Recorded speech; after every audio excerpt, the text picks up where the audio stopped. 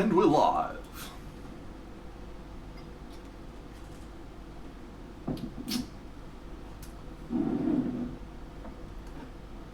Hello friends out there, denizens.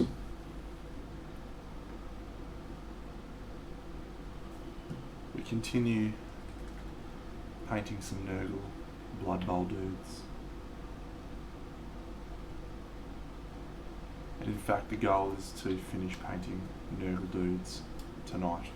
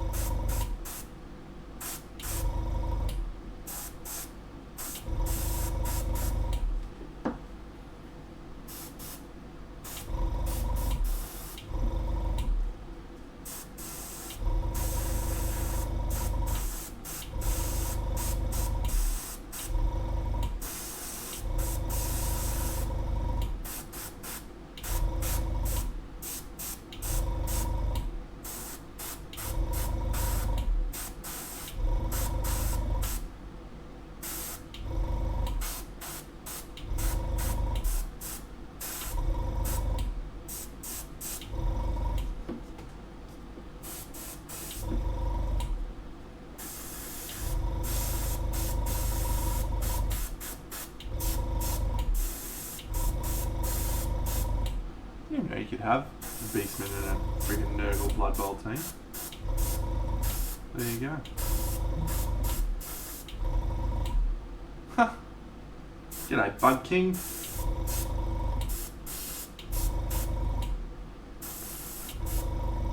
Hey, there's many good Twitch streamers you could watch.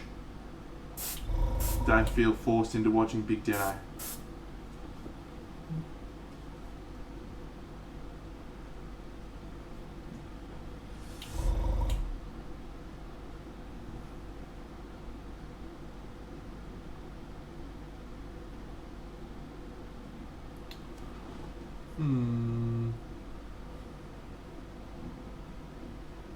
No. Orange, brown.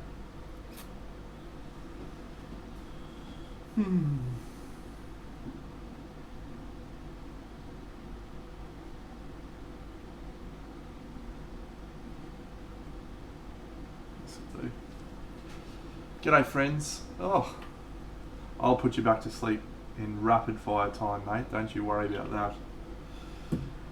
Yeah, just finishing off this this Blood Bowl team, friends, and then I'll show off the plan for this guy later on, because he's ready to go, and I'm going to start him tomorrow morning, my time, which is probably a more reasonable time for most of you.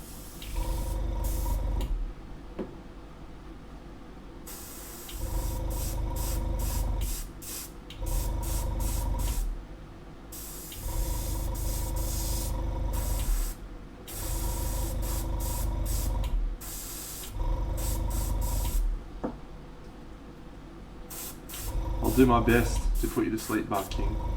Go to sleep, little Bug King.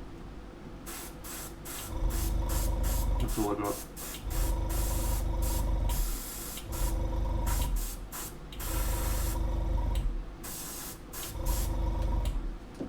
If you want to know what not to watch to put you to sleep, fucking WandaVision is ballistically good.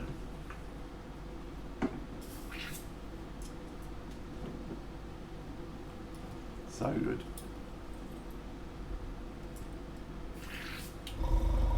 Sure I hadn't. Oh, g'day, Faro Roach. I'm sure I can do that too.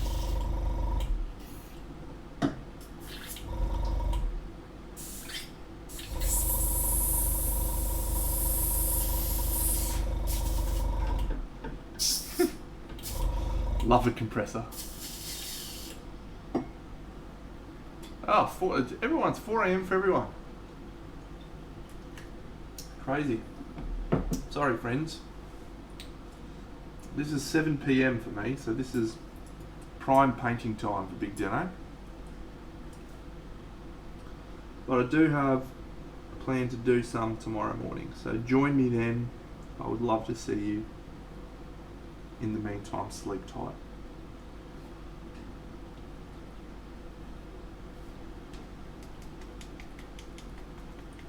Oof.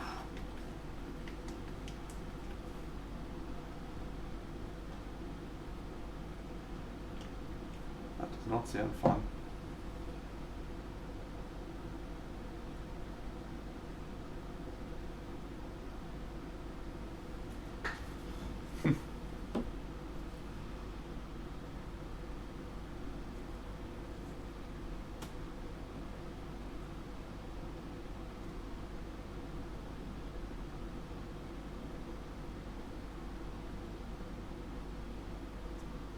Oh, g'day, Paul.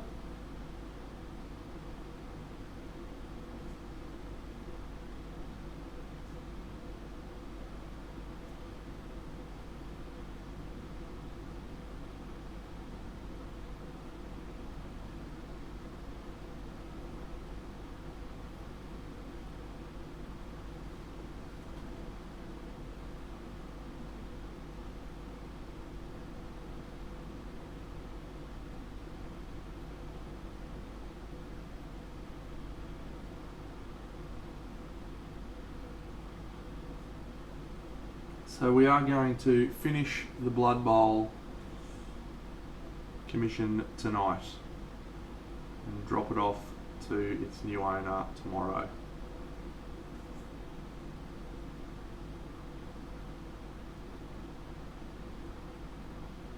I hope.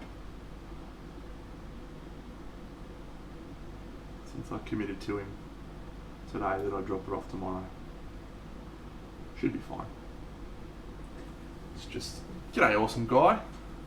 It's just these 4 dudes left to finish it off.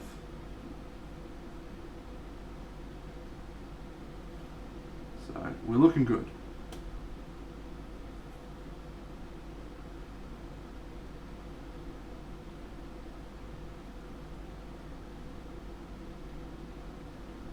I've got some very exciting news, friends. Very exciting news. My shipment for the Echoes of Camelot Kickstarter is inbound and may arrive next week. So we may have to put all our plans on hold for other projects and begin the project that will consume the next few months and my Twitch channel.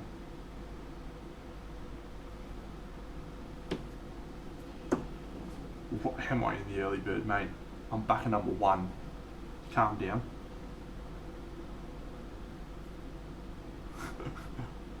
Tamed night it is indeed, Blood Bowl.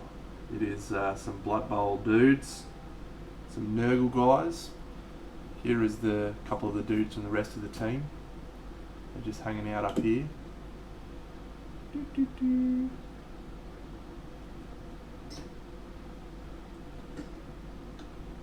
Black Orcs.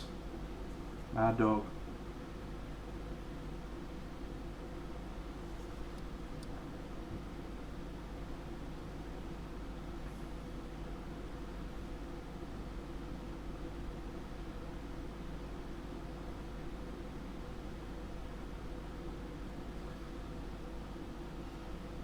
They did an early bird all in, you know. Awesome guy. I know, because that is what I got. Alright, I'm going to throw it out there. Sometimes doing commissions for people who are shit at conversions can be very frustrating.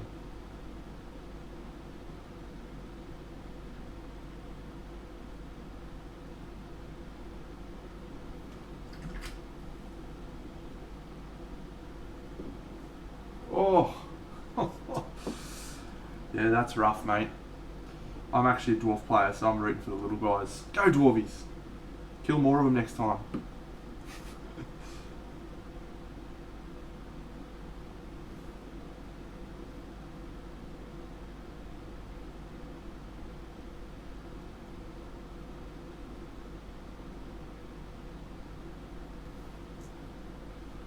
G'day Kung Fu.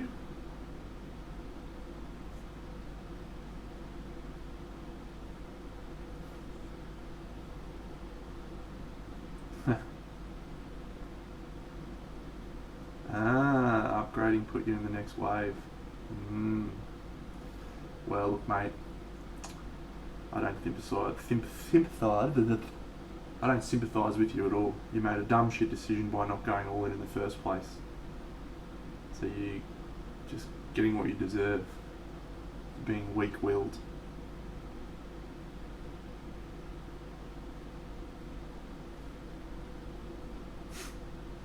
Aha, Kung Fu, post some pictures, mate. Share it in there. Love it. Love hearing about painting a bust.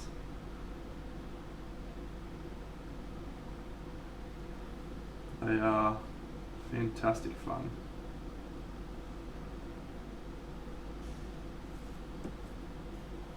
Oh, g'day Cujo.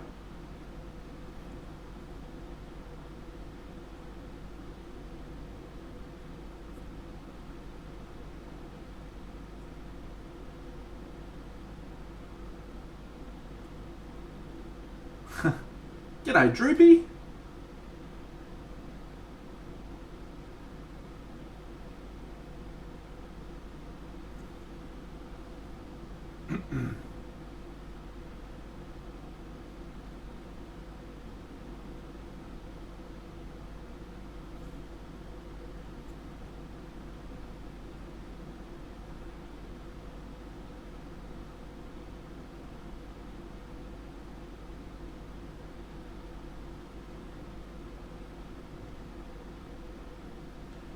It is exciting news though that the Kickstarter, so I actually got a call from DHL. I'm hoping it is. Good. I'm glad, Droopy. Yeah, so I got a phone call yesterday from DHL and they said, hello, we just wanted to let you know that your package from Spain is currently sitting in Indonesia. We'll get it to you next week. And I said, fucking sweet, mate. I didn't even know I had a package coming from Spain. And then I thought about it. It's one of two possibilities. It's a Nocturna model that I ordered for my Drizzt diorama. They are LB games, yes. And the other option is my Echoes of Camelot models. Both of those are wins, really, because the Halfling from Nocturna models is for my Drizzt diorama, which I'm excited to get started on. And Echoes of Camelot is for my gigantic, probably hobby-ending diorama that I'm planning. So that's great.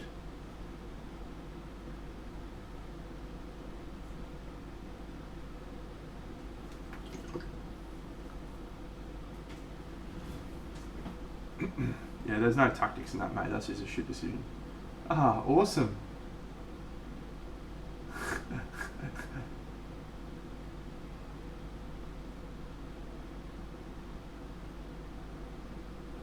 Droopy, please share with them the very Bob Rossian mindset I have towards painting, and the mindset they should also have, which is that painting is for enjoyment, and they should do it for enjoyment, and I'm sure they'll find it very relaxing. G'day Rumble. Are you talking about my plan for my Echoes of Camelot diorama? What's bad about that?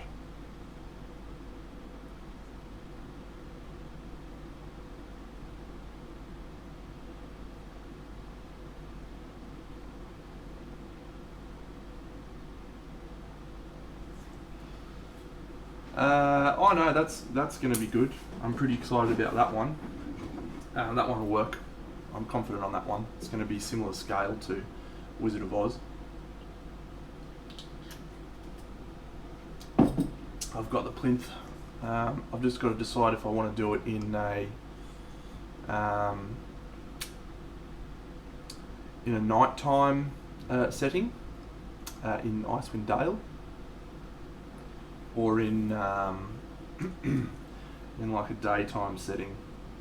So the nighttime one would be lots of snow, cold colours, and then the other option is like a daytime setting when we're set in the storyline around Streams of Silver time, when they're meandering off. That was actually the first book in that series I read. I didn't read The Crystal Shard first, I read Streams of Silver. Don't know why actually, now that I think of it.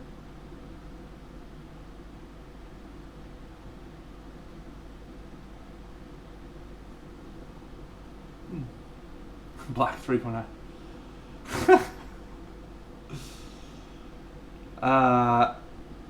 Underdark probably won't work because I suppose there was a few moments in some of the later books where they are in the Underdark, all of them. But no, I think I want it to be early on in the piece before they became jaded.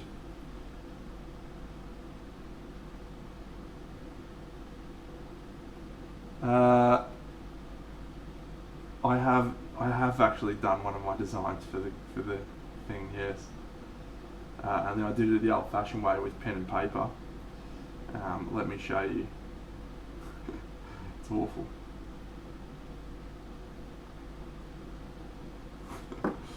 Get out of the way, fatty. It says I've got 0 dropped frames, my friend, so probably your end, not mine.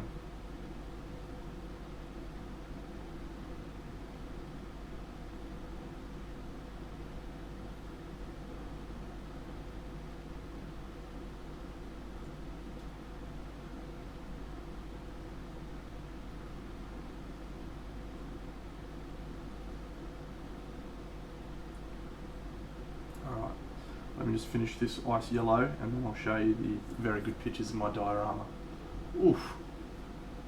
Minus 15. I don't even know what I'd do with myself at that sort of temperature. I think the coldest I've been was when we went to Salzburg a few years ago. My family and my girlfriend at the time and I. And yeah, I was riding around on bicycles up into the hills.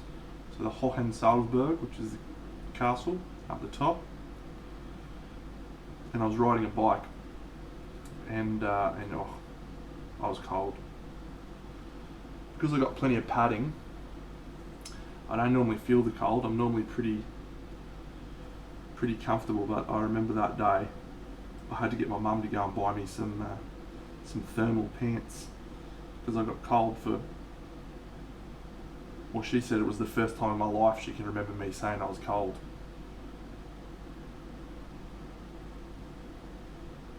I was about 30 at the time. Alright. G'day, Kev. You sicko. Here is my thing. Let me see if I can find the pictures. It's fucking bad. You're gonna love it.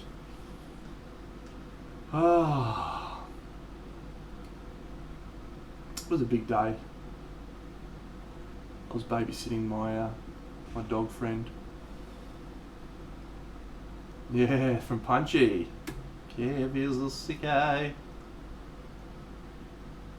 Someone gets it. Here we go. Look at this quality. You don't get quality like that normally, but here it is.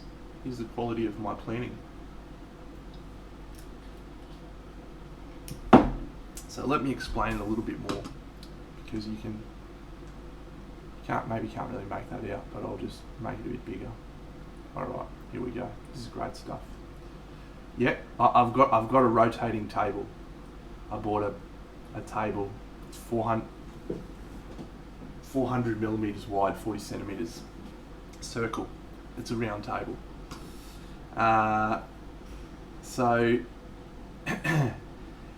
there's going to be varying heights, right? So there's going to be a mountain, and at the top of the mountain, I think it's 1, 2, 3, 4, 5, 6, 7. It's 12. There you go. Well spotted.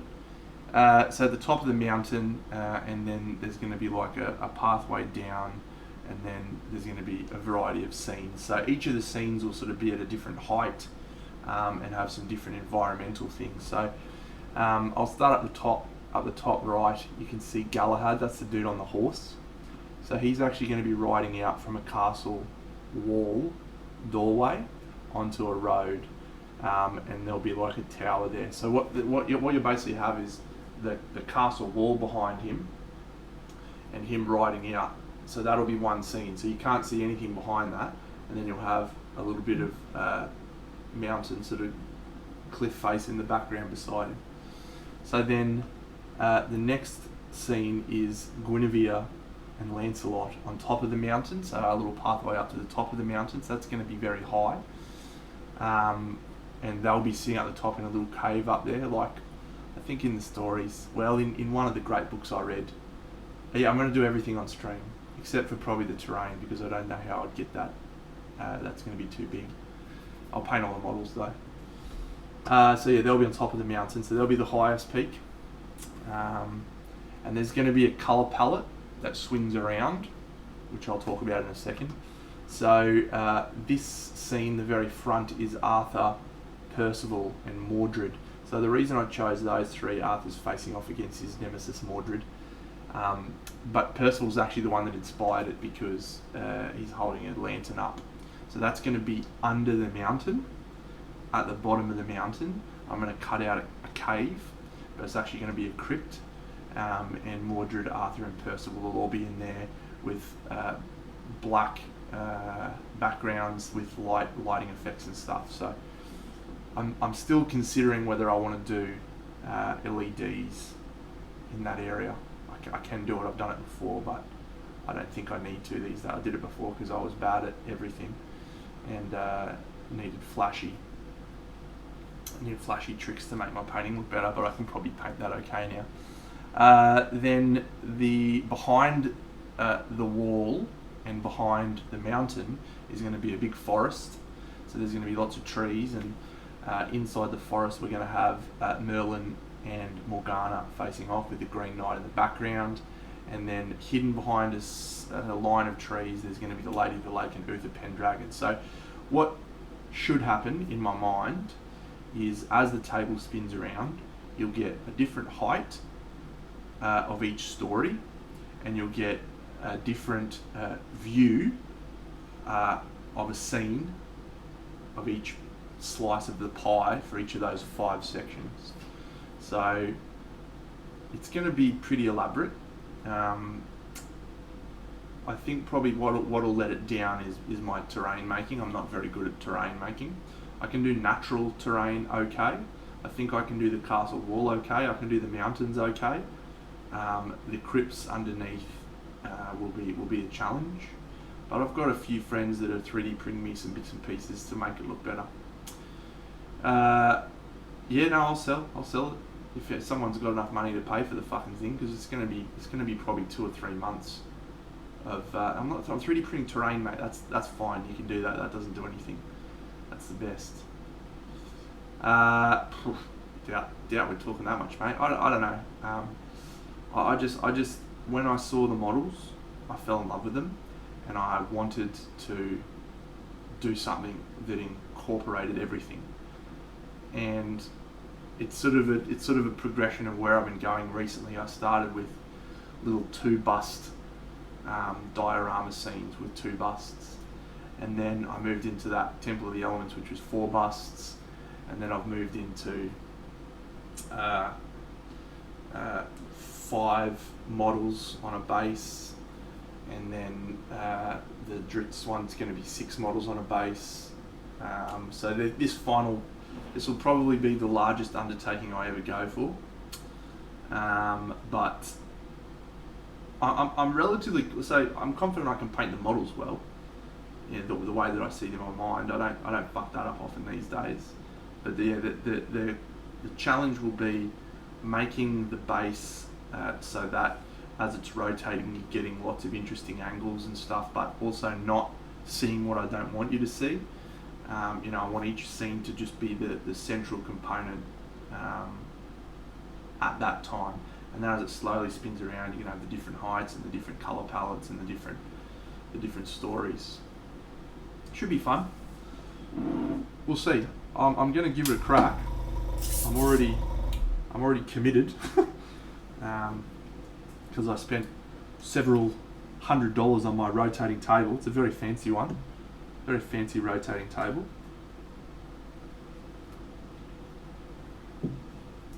Let alone the however much money I spent on the models, etc. So should be interesting times. But my plan is at the moment to stream everything related to painting of those models. Yeah, the Lady of the Lake's in there too. She's with Uther Pendragon. So each story makes sense in the Arthur mythology, except for that one. Uther and the Lady of the Lake, I don't think they ever met or had anything to do with each other, but it's very hard, that's true, mate. If I've felt this way about my models for a long time. If they sell, fantastic. If they don't sell, fantastic.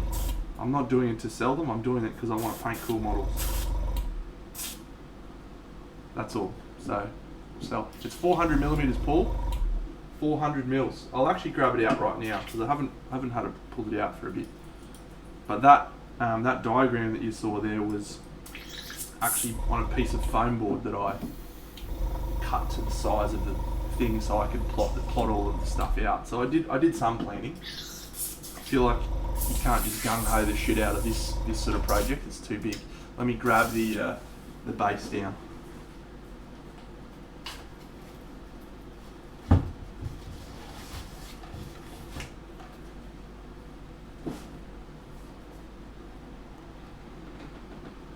This is as big as my head.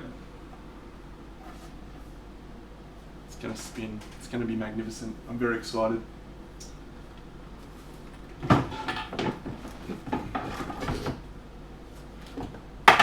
I've been thinking about it since the Kickstarter. I'm thinking about ways to do it since the Kickstarter. So it's sort of a culmination of the last 6 months.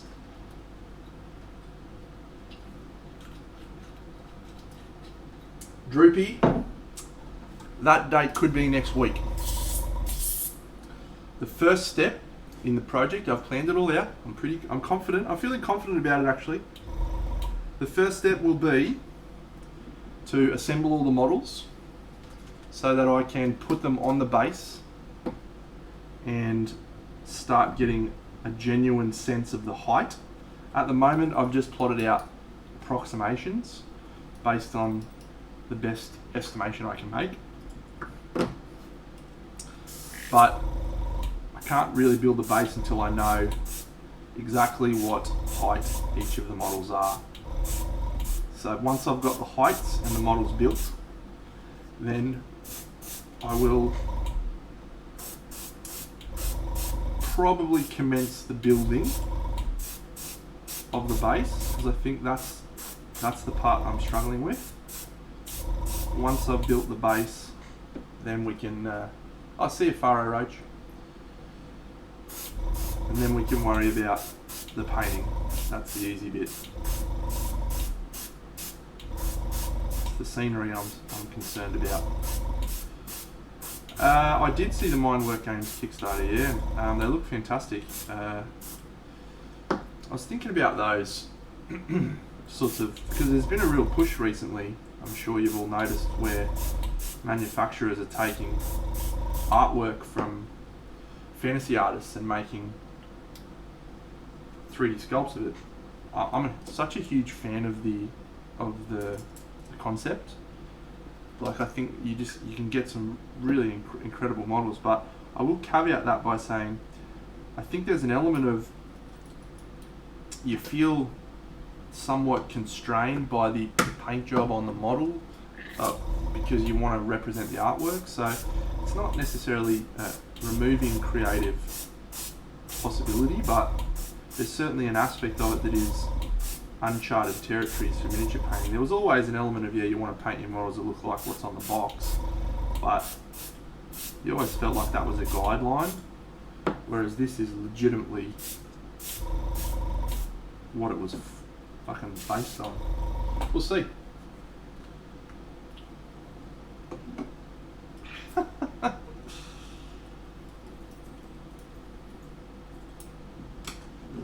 I'll tell you this.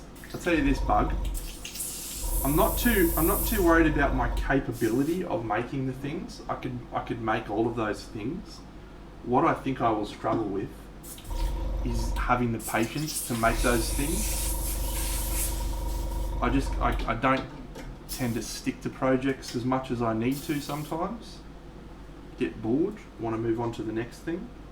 So this is sort of a challenge for myself in the sense that probably me 4 or 5 years ago would never have been able to do this. I definitely wasn't able to do it because I tried to do it. I might bring my piece up I'm talking about, and it was awful. So it's a good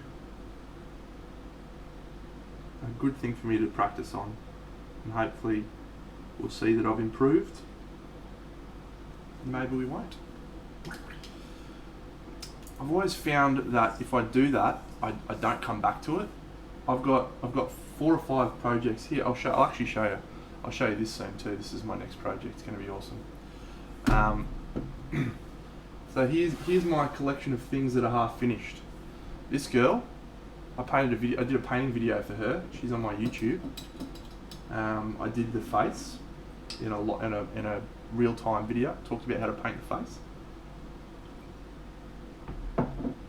All she needs is the rest of this stuff done and the sword. Piece of cake. Yeah, we talked about that in the last stream, Loophole.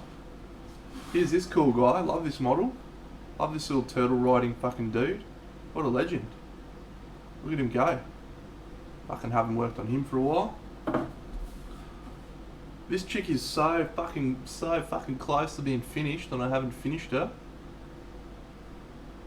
I gotta send this is from Bold Miniatures. I gotta send it back. I gotta send it to the guy. I promised him I'd send it to him.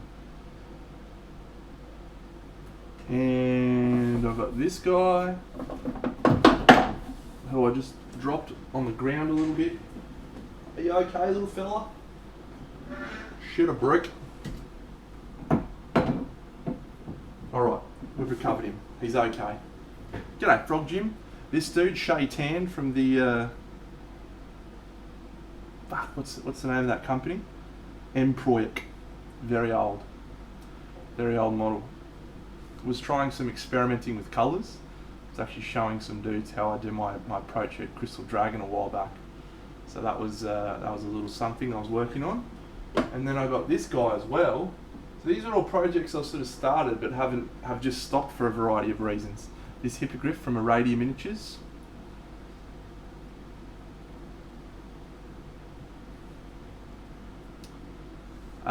None of those, none of the above. I don't really play many miniature games. I'm all about that board game life these days. And then I've got 2 pieces that are undercoated and ready to go. Anyway, so this is the next project. So I'm gonna do this before we start the I'm gonna do this before we start King Arthur diorama. Here we go. This guy stands at the front of this base. Check this out. Yeah.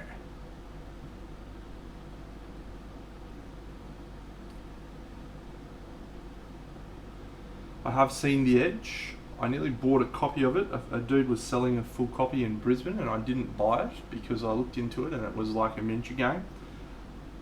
And I feel like if I'm going to play a miniature game, I'd probably play one that my friends are playing, Shadespire. At the time we were playing a bit of Guild Ball. So. Thanks Kung Fu. Yeah, the demon was a bit of fun, but he was like 20-30 minutes worth of work, a quick sketch. So I've got to do some more to him, figure out what I'm actually doing. It's a great model.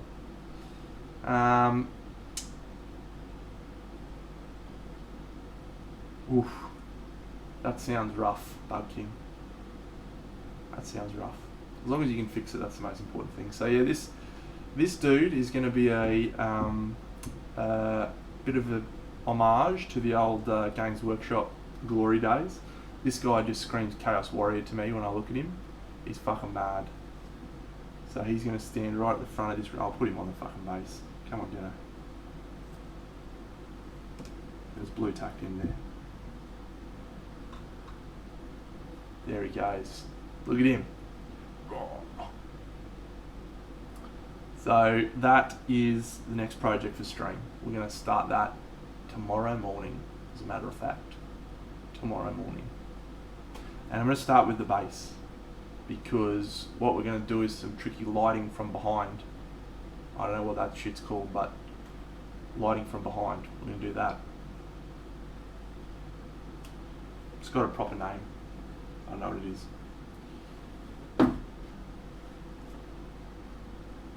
Key light? No. Can't remember. Get in there, little guy. Hey, Match Fixer! Thanks, buddy. Subscription. All right, Bug King. I'm looking at your picture now. Oh, nice. Fuck, that's pretty cool. I could not make that. Very good.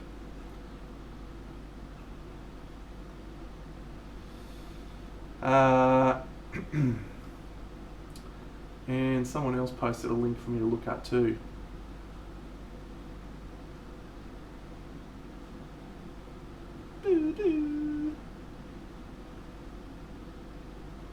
No, that wasn't for me. Very good, very good. So yeah, the Echoes of Camelot, the thing is, it might not even be that's arriving. It might be my Nocturna piece. In which case I'll probably get started on that soon. But it is going to be an interesting project, the Camelot project. I'm intending to break up boredom and frustration by bouncing between different scenes and models if I need to. I think, so the colour palette for the crypt scene is going to be purple and cold colours with warm orange light, because there's going to be some lanterns underneath. So we're going to have some pretty intense source lighting effects with a purple colour palette. Purple being the colour of royalty. Makes sense for King Arthur to be wearing purple, makes sense for Mordred to be wearing purple. Topulus, I was just chatting before, mate. I got a call from the shipping company that has sent their stuff. It should be arriving next week. I think it's from them anyway.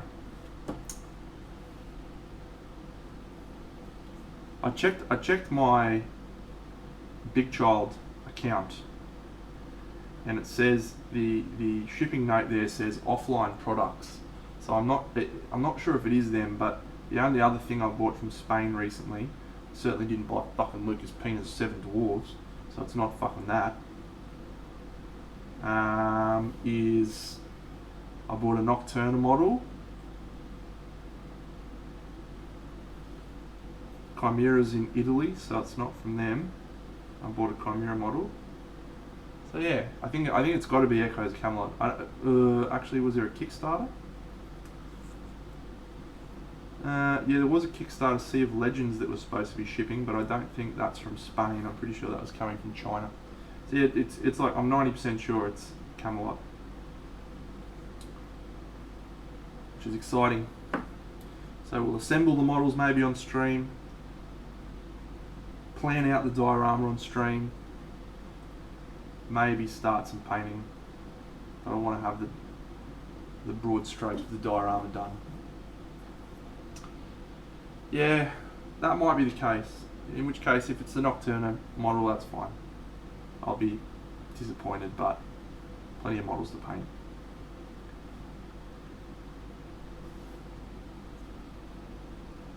Oh yeah, that's exciting. Bit of Black Friday excitement.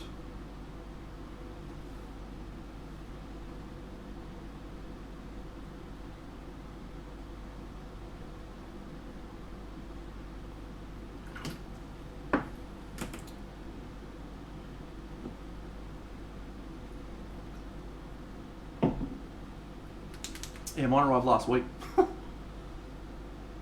Yeah, it's fine. It arrives when it arrives.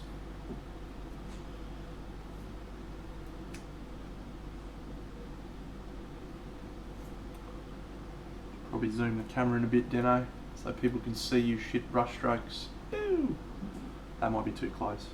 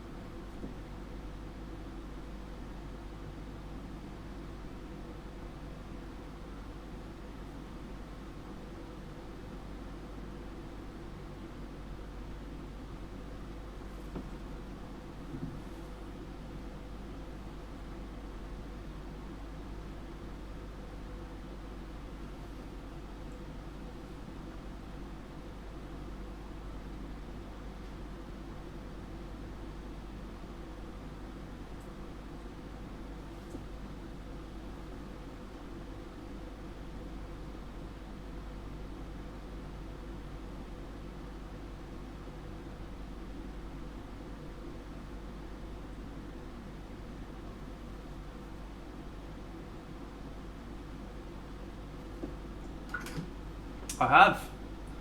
I have indeed. I played in a few tournaments, as a matter of fact. My good friend Simon Hall and Darren Free were into AOS for a while. So I painted an Urgleim in this exact same scheme that I'm painting right now. It was okay.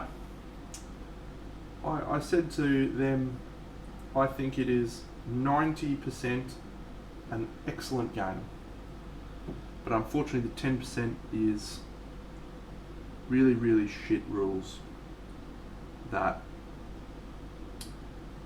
make the game very hard to appreciate. And I'm of course referring to the double turn capability, and then there was a few specific things that I can't actually really remember now. One of them was related to scenarios, and they designed a scenario which was something, can't remember the name of it, but you basically, if you didn't have a certain number of units, you just straight up lost the scenario, irrespective of how well you played.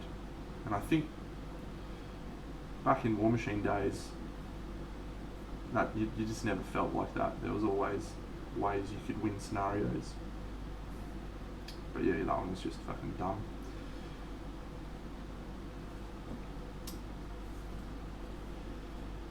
Yeah, and I'm sure, like, so I played it for probably 4 months, 5 months, played 2 tournaments, and this isn't coming from a person who didn't do well in a 90-player tournament.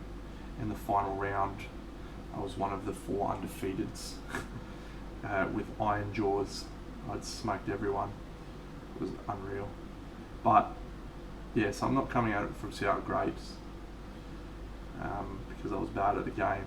It just, there was just a game where I realised I was absolutely going to get pummeled unless I went for a double turn. So I set up for a double turn, played for and got, and my opponent just got really disappointed, and that felt bad because I don't want to have a time when my opponent goes, yeah, I would have beat you if it wasn't for that one dice roll. And I completely agree with that guy. He would have beaten me if it wasn't for that one dice roll. There's no skill in that. There's no element of, obviously I set up to try and get it, which is cool, but I would much prefer that I have to try and set up in a way that doesn't hinge on a slightly worse than 50-50. It's not the purple contrast paint, mate. It is this Hastur purple from Scale Fantasy. This is my cat's decided to chew this. She was having a good old chew on that. Quite fun. Yeah, I'm a War Machine player from many moons back. Do love a bit of War Machine. Barrier to entry's too high now. Very hard for anyone to get into the game as a new player. But there was never moments where you felt like, see, there's a game called Guild Ball, right, which is, in my opinion, one of the best written games of the last few years. And in Guild Ball, you do roll for priority, exactly the same as in AOS, except both sides get an advantage to their roll based on a resource which is called momentum. And the momentum was a resource that you accrued during your turn by doing cool shit, like scoring goals or taking out players or completing passes and shit like that. So it was awesome, right? But you could choose to spend those momentum points during your turn to make re-rolls happen, to take a shot at goal.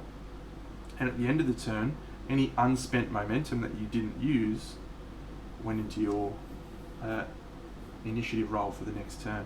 So instead of it being here as a straight roll off, all of a sudden it's a decision. You get to think about, well, what's more important to me right now, trying to win the roll for next turn or achieving a result in this turn. And that then is no longer, it's based on a dice roll, it's then based on your choice. So that's an example of that mechanic, which yeah, you can still lose a roll, but you can make that educated decision. Match Fixer I do, these are actually a commission, my friend. These are commissioned for a dude. It's alternating activations.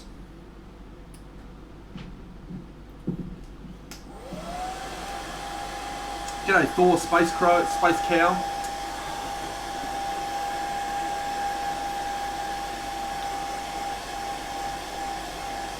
Yeah.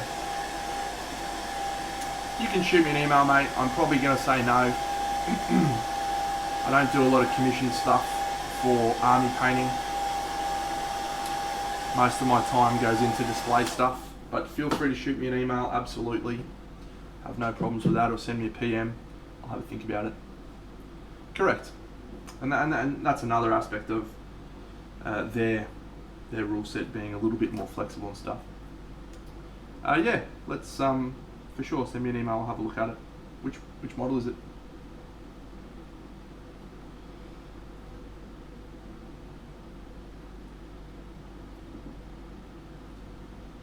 Don't say Harbinger.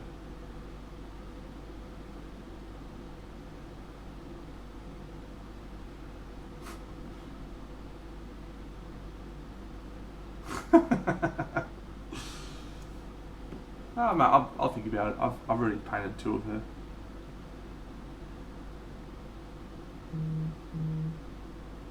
Send me an email, champion.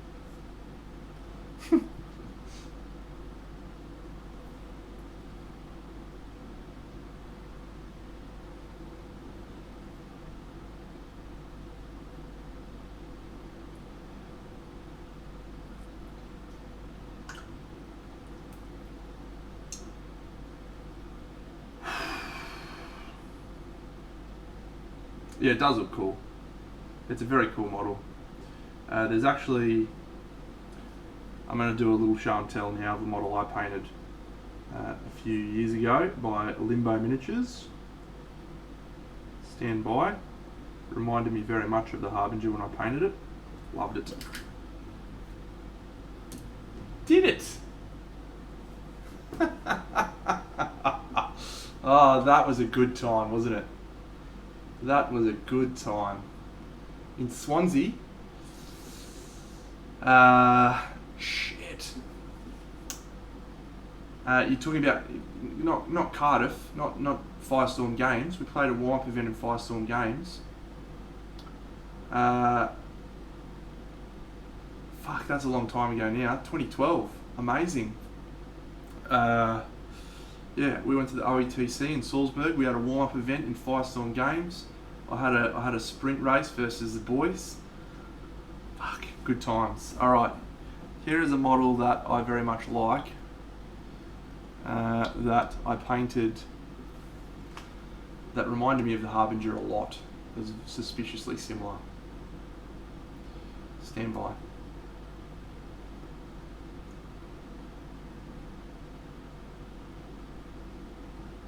Fuck, I hadn't thought about that event at Firestorm in a long time. Man. That was a good weekend. That was a good trip actually. We had a great time on that trip.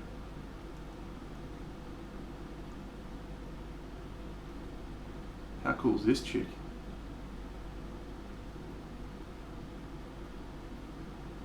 Yeah. Her name's Charlotte from Limbo Miniatures. It's a fucking Harbinger with swords. 75mm scale though, which is cool. Did that about, I'll tell you because I uploaded it. July 3rd, 2019. There you go. Yeah, So thought I did that diorama the other week with the fucking 4 elements, and they just announced the fuckers that they're doing a 5th one. So this, ever since I saw the picture, I've just been thinking, can I fucking paint that one and send it to the guy who bought the diorama to like try and attach to the back? Because I reckon I'll bring it up and talk about my plan. Maybe I'll do some great photoshopping. That'd be good. So this is what I'm thinking. So the 5th element is Aether, and if you use the Marvel universe as a guide, Aether was red, and that actually fits into my proposed location according to the color palette and the color wheel.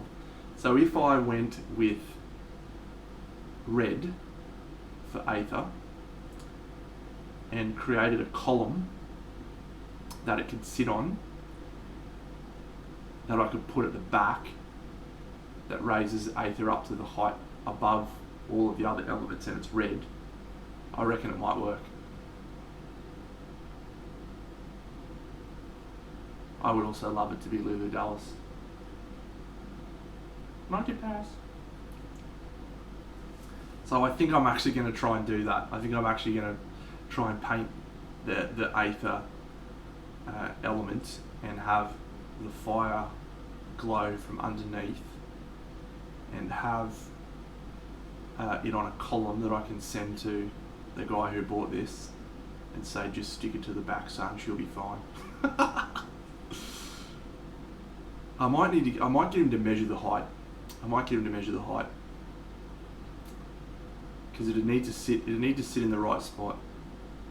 It's going to depend on the model as well. But I think I'm going to do it.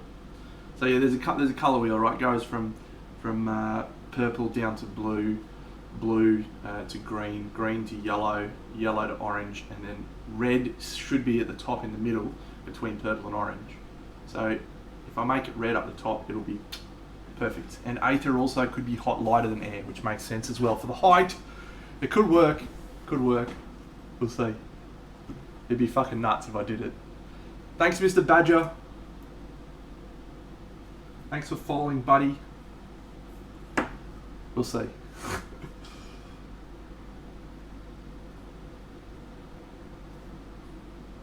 I got to do it, I think.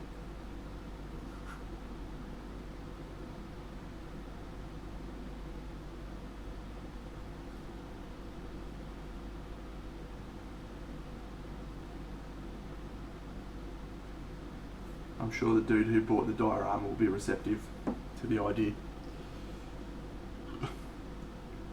I can almost tell you, mate. Like it doesn't even matter what it looks like. It's going to be fucking awesome. Every one of the sculptors from those 4 companies is always just in my wheelhouse.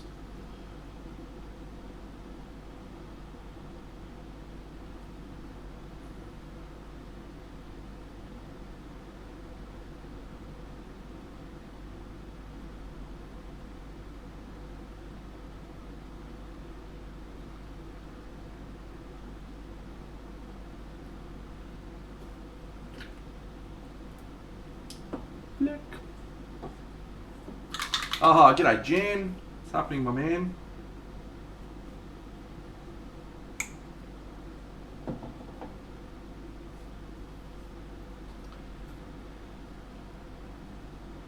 What army did you play at that event in Firestorm Games? Ad-Jal? I don't recall too many of those games, but I'm pretty sure I could remember him if something triggered my memory. Because I know I played, or maybe I didn't play Lewis Johnson, I don't think. Ben's younger brother. I think that was Moopsy who played him. I played Matt Oakley in one of the games, flogged him.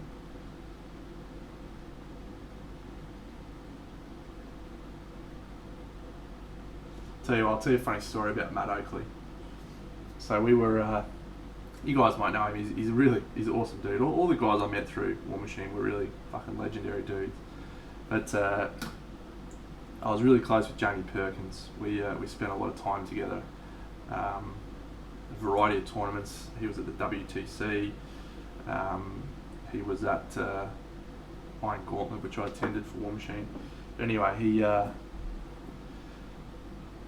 and the rest of the British guys went absolutely mental the night before the WTC on the Terps.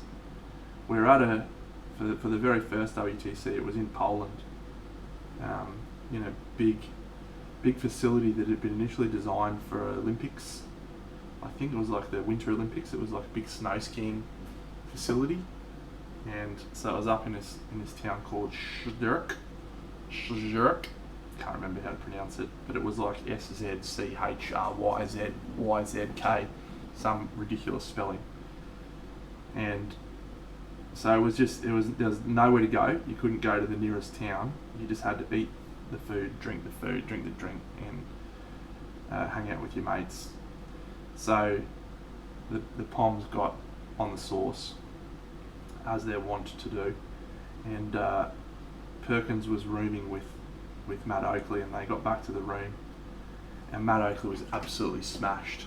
G'day, Celery, like off his head smashed, and he started barring up at Perkins, and Jamie's picked up his army when they're back in the room. He'd set his all army. Jamie's very pedantic. He likes having all this stuff organised and shit, much like me.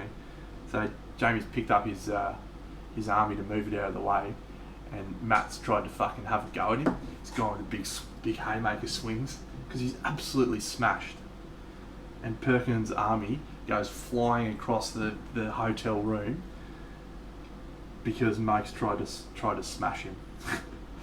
So Perkins woke up the next morning and he was in a rage because he had to try and find bits of all of his broken Legion army that were all over the place. And Matt also woke up with 2 black eyes, and no one has any idea why.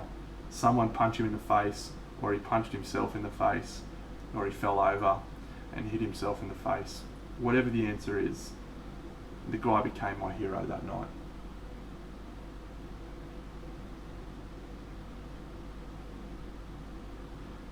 But I smashed him in fucking every game I ever played him in. Shit guy.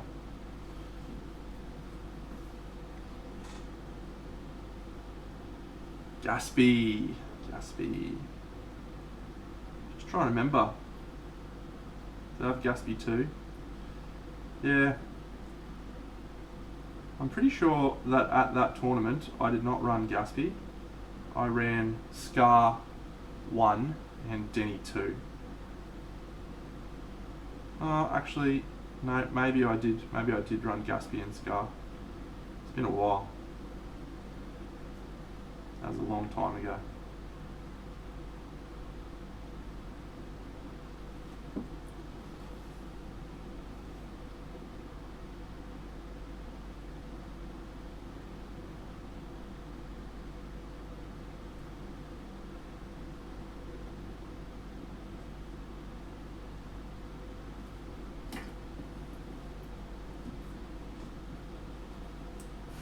It has indeed.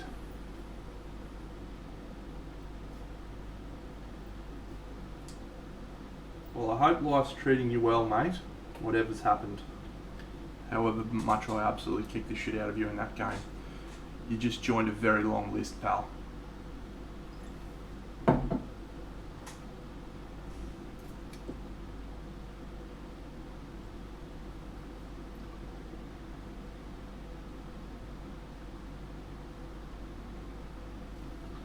I was red hot at that game.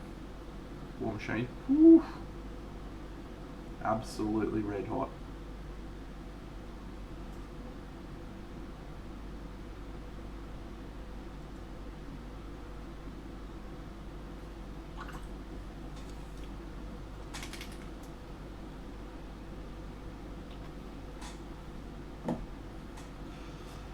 Oh dear. I'm going to finish these guys tonight, friends, I think.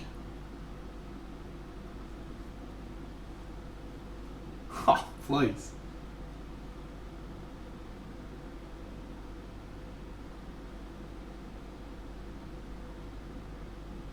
I won the largest. I still think I'm the person who holds the record for the largest ever tournament won in Australia for Warhammer.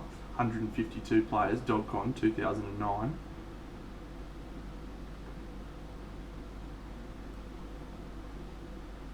The same year I won Pilgrimage. I was the #1 ranked player in Australia for fucking War Machine that year, mate. Warhammer. And then just rolled straight into War Machine as well. Fucking toppled that too. This is it, man. I've got 3 dudes left. I'll show the rest of them. They're all finished when we get a little bit further progressed in the evening.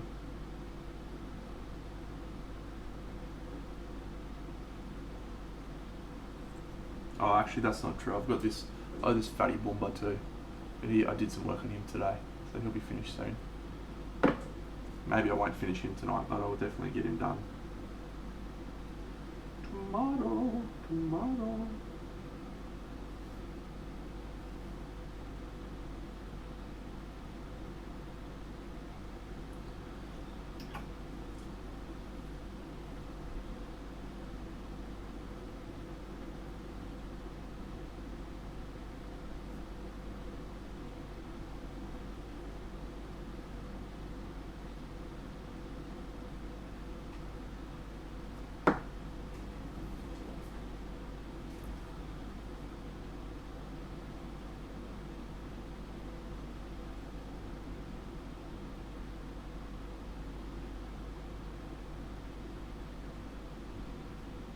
Yeah, this is it, Celery. I've got 3 models. Alright, I'll show everyone the models I've done.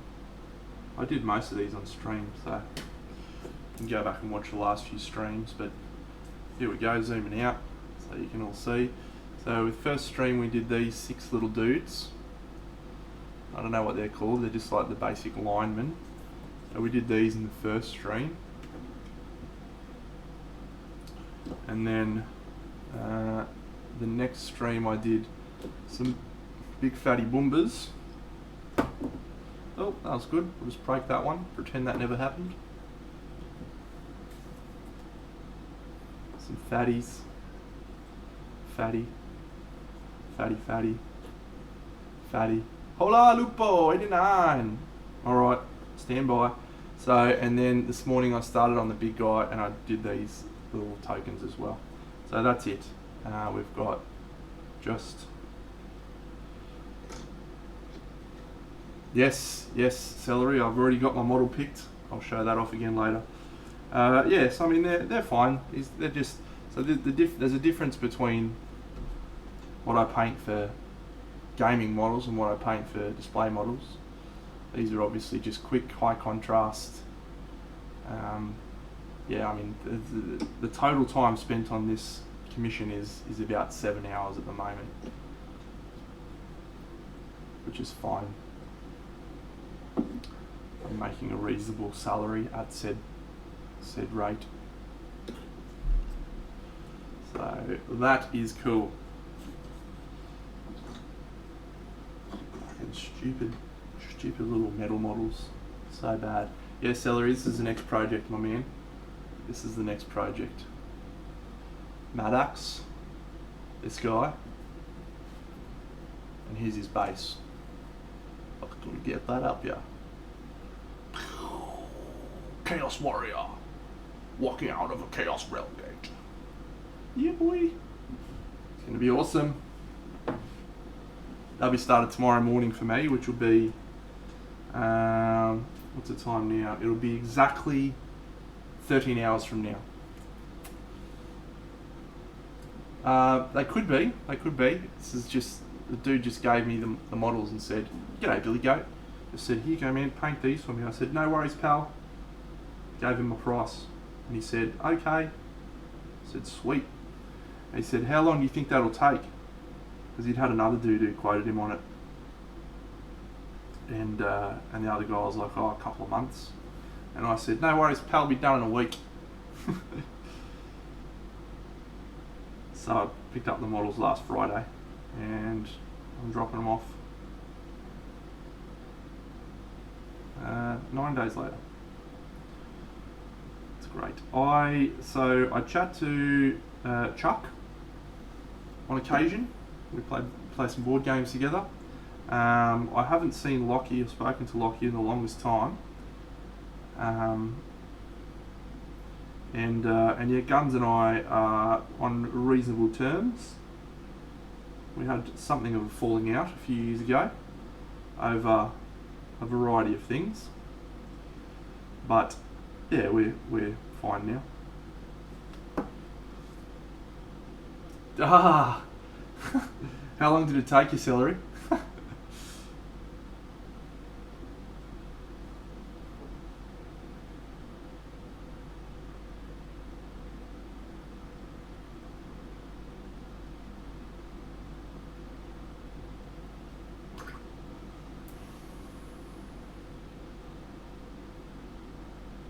My win rate against the hard AI is about 40%. Koki's is about 50, I think.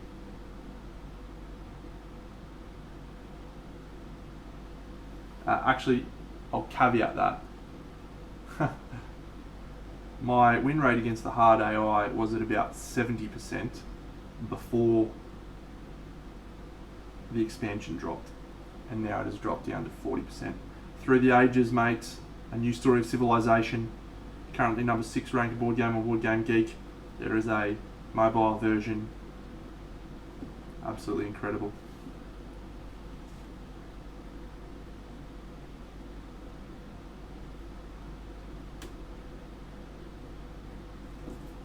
I'm probably going to do some streaming of me playing Through the Ages and Spirit Island at some point soon, because the fans want to see Big Dino showing his stuff, not just painting, but also how good he is at board games as well. The fans have spoken. Got to listen to the fans. Yeah, it's not too bad. It's not too bad. I've actually Sheldon and I, my mate Sheldo, he and I had a crack against France the other night. So I'm currently making my way through the adversaries at the moment. I've beaten every adversary now on level 4. I've beaten Brandenburg Prussia on level 5. I'm currently trying to beat Sweden level 5. It's a fucking nightmare. It's a fucking nightmare. But yeah, it's a good game. Good game.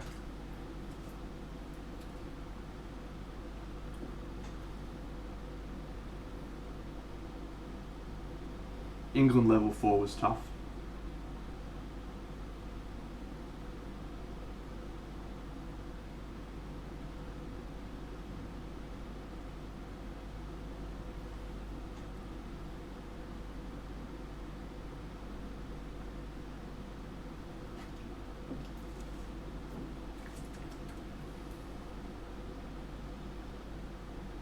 I actually play on the app Cujo, and I play 3-handed, so I play 3 spirits.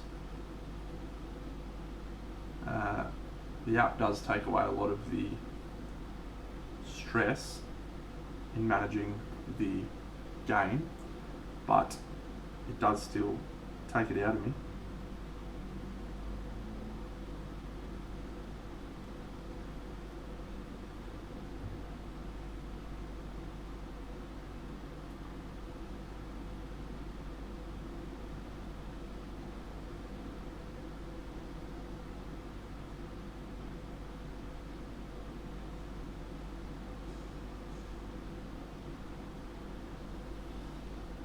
Yeah, it is indeed. And the further ahead you can plan, the easier the game is. I don't play without an adversary now because I find it too easy.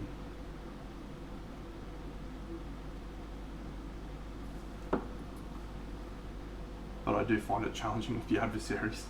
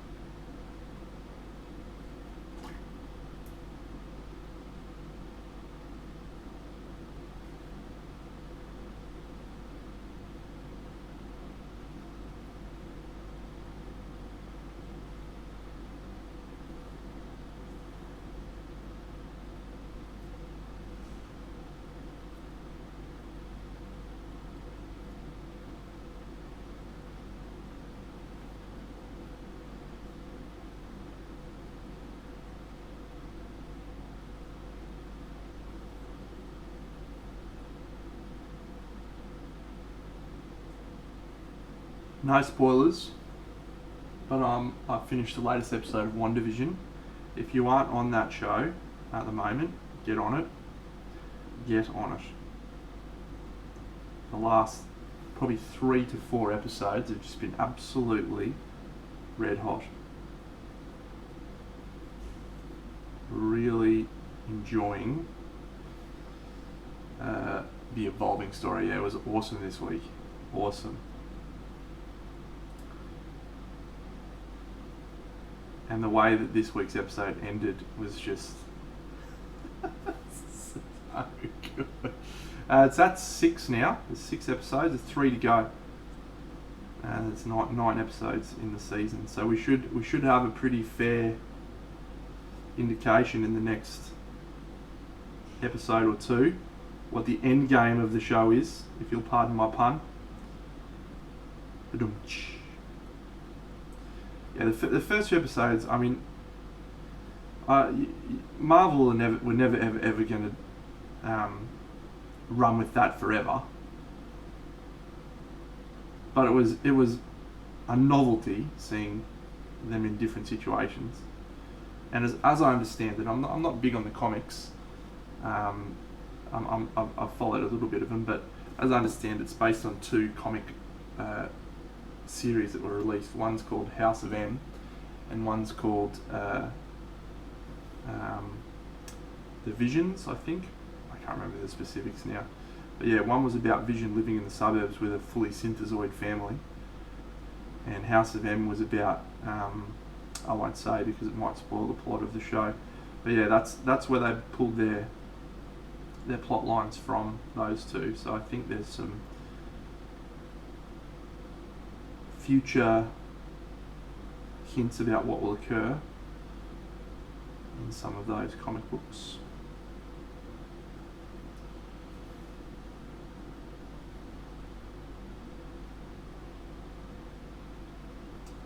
But yeah, it is really, really good. If you're on the fence about it and thought it was shit, the first 2 episodes go for 20 minutes. Yeah, they actually, the pitch was from Kevin Feige, whatever his name is, was about the show was let's do this, make an homage to sitcoms. And everyone was like, mate, what crack pipe are you smoking this week, Feige? And then they realised that the man's a fucking legend, and they said, alright, let's do it. So they did it.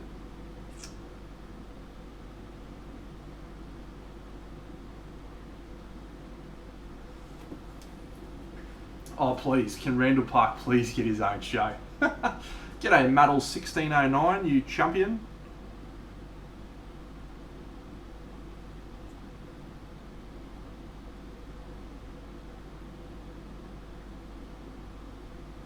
Yeah, I hard out need a buddy cop drama with the 3 Stooges from the latest episode. That is what I'm all about.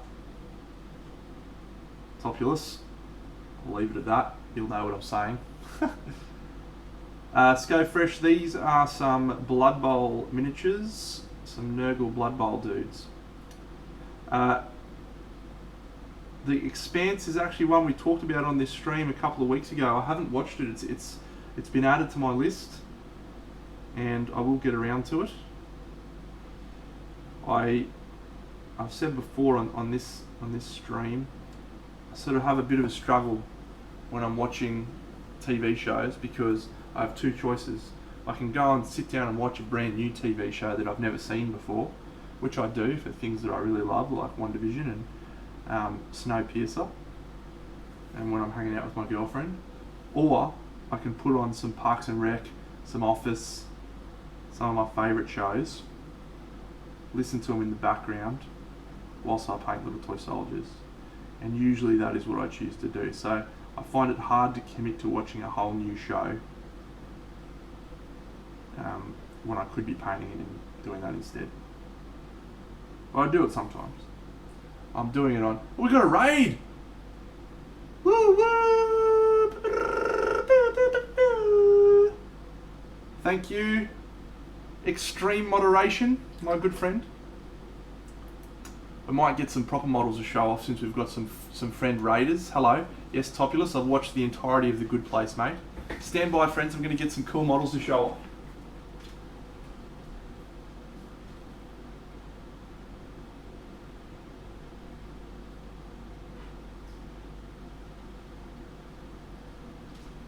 Okay, I'm back.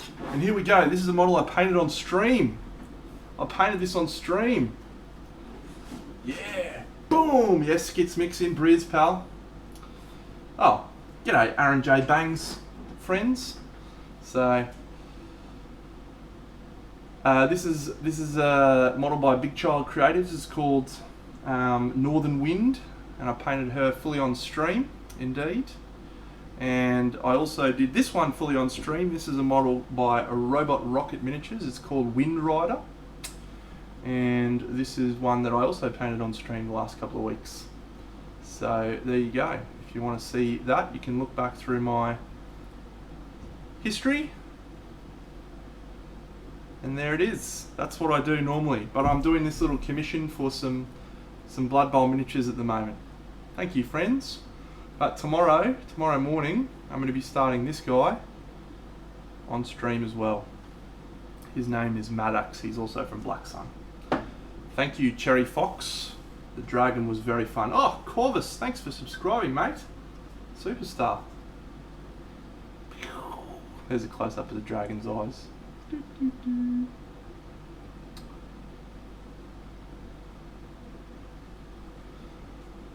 Yep, I did those at the last minute. I actually was trying to get him to look like Falcor's eyes. You know, Falcor from Neverending Stories, he's got big brown eyes. And I tried to do big brown eyes, and they came out like dog shit. So I changed and did these lion eyes, which I think was a good move, because it sort of tied in with the yellow on the dude up top a little bit more. But yeah, I like it. No, there's a lot of airbrush. I do a fair bit of airbrushing in my process. Oh, thanks Warlander TV. Red. Yeah, so if you have a look at this chick, I did a lot of airbrushing of the skin tone, but I also use the airbrush to blend colours and highlights. So this down here I did in all pinks and purples, but then I used the airbrush to glaze green over the top of it, which created some interesting tones in it. Same with these things here; that's all green airbrush tones. But yeah, I mean, if you stick around and watch a lot of my stuff down the track and in my past stuff, you'll see I pull the airbrush out to do little tweaks, lots of little spot colours and changes and stuff. It's good fun. Thanks, Warlander. Raid! You guys are awesome. Welcome. Stay a while. I'm going to paint some Blood Bowl miniatures. Zoom in a bit. Thanks, Corvus. I'll do one more quick show and tell, but this one will be a picture of one of my other projects that I'll just show you. Here you go. This is one of my other projects. Oh, Corvus is on fire with the subscriptions. Thank you. What a guy. Someone give Corvus something.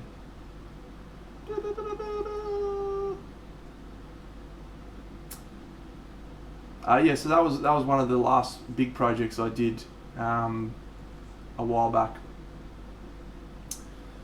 It's yeah, so I do mostly display stuff.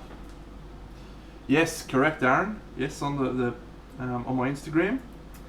4 elements. There is also some 4 seasons in it as well. Everyone give Corvus a pat on the back, digitally, however one does that. Say thank you. What a guy. Thanks, Aaron. Appreciate that.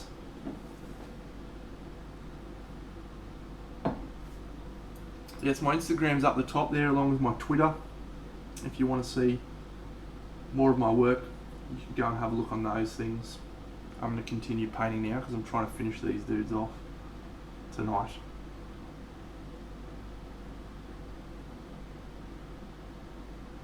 You won't see anything cool like what I just showed off. This is just basic tabletop standard, friends. While we're talking about everyone else,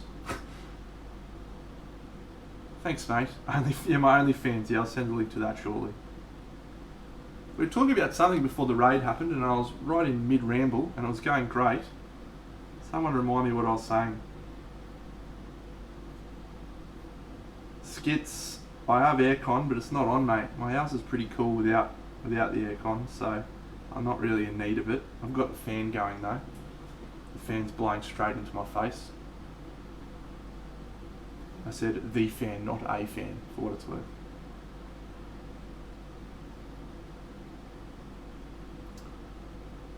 Oof, yeah, that's rough.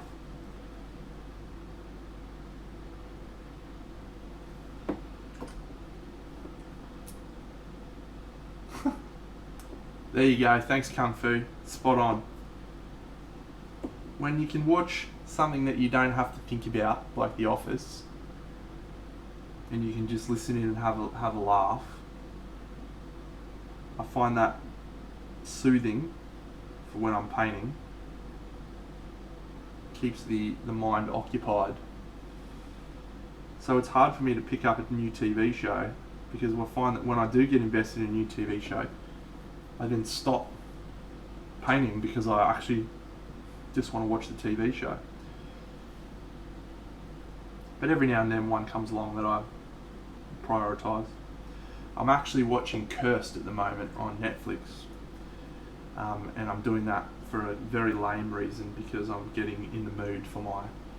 Thanks, Aaron! Yeah, I'm going to be streaming again tomorrow morning, mate, a little bit more normal for your time, in about 12 and a bit hours from now. So maybe catch you then, champion, but sleep well, and thanks for joining the team. I am indeed from the land down under. Plenty of chundering happening down here right now. Yeah, Dwight makes that show very, very funny.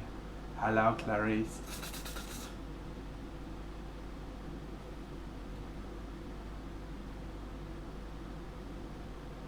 Yeah. Love The Office. Huge, huge fan of The Office.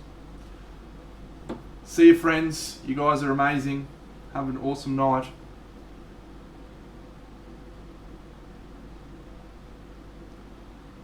Just a completely unrelated matter, friends, and once again, Corvus, thanks for the subs thing. I don't really know too much about Twitch, mate, but I'm pretty sure that's awesome what you just did, so thanks, buddy. Anyway, I was just trawling Twitch before and I stumbled across Bob Ross's stream. Obviously it's not actually Bob, because that wonderful man died quite a few years ago. Except there were people on there who didn't know that fact and were asking Bob to do things. Unironically. Everyone was like, hey Bob, paint a fucking cabin. Because he always loves adding a little cabin. And everyone's like, yeah, cheering when he does a cabin. And then some nuffy's like, hey Bob, can you paint a bumblebee? What is wrong with people? Seriously. The internet exists, guys. You're fucking using it at this very second. Can you please just do a fucking smidge of research? Bob did love it. Bob absolutely loved it. You could tell. Nothing about his demeanour changed, but you could tell that he was smiling on the inside. I do love that channel.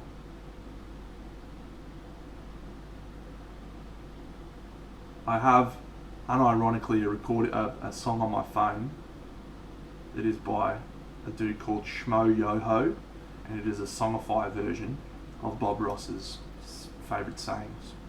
It's great. I'll send you the link. Well, the cabin thing's a joke. You can type !cabin, and it'll give you the percentage chance of a cabin being painted in the current episode, and everyone loves it when he paints a cabin. Right, the whole chat group cheered when he painted a cabin today. So I was laughing. And then someone was like, "Yeah, paint a bumblebee, Bob," not getting the fact that what was happening wasn't live. Anyway, yeah, he actually was. Ah, awesome, mate. Good for you. I didn't know that, Corvus. That's fascinating. he was actually a drill sergeant, and he was used to be really angry all the time, and he basically woke up one morning and said, I don't want to do that anymore. I don't want to be that person anymore. And then he just changed. He became a very softly spoken man, and became the man that we all fell in love with on the show, which I think is quite a nice story, really. It's not too late to change yourself from being a shit guy into an awesome guy.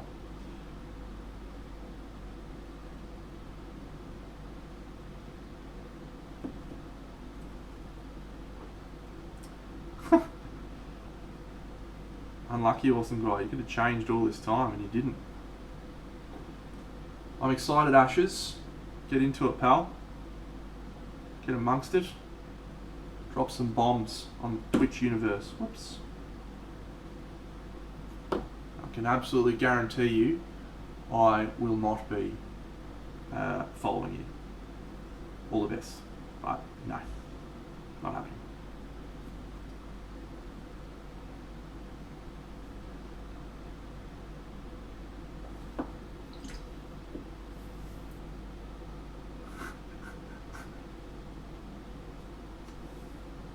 Oh, I don't know what that is, but it's cool things. Little bits. Thanks, Droopy. Actually, I fucking got no idea what that is either, mate. Someone who knows about Twitch, can you explain to me what that is? I don't actually know. I'm not being facetious either. I started twitching about 3 weeks ago.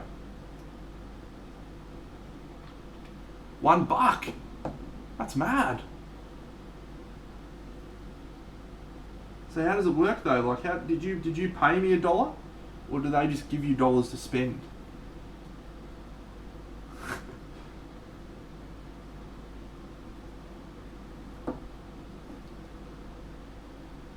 Oh wow! I was on Flickster's channel the other night, right? Giving him some shit about how shit he is at painting, and he's got all these things people can spend their bits on, and one of them is you can make like songs appear on the screen and have some fucking lady say the song. Man, it was funny. I was laughing my head off. So I've got to get him to help me set something up like that. That'd be fucking mad.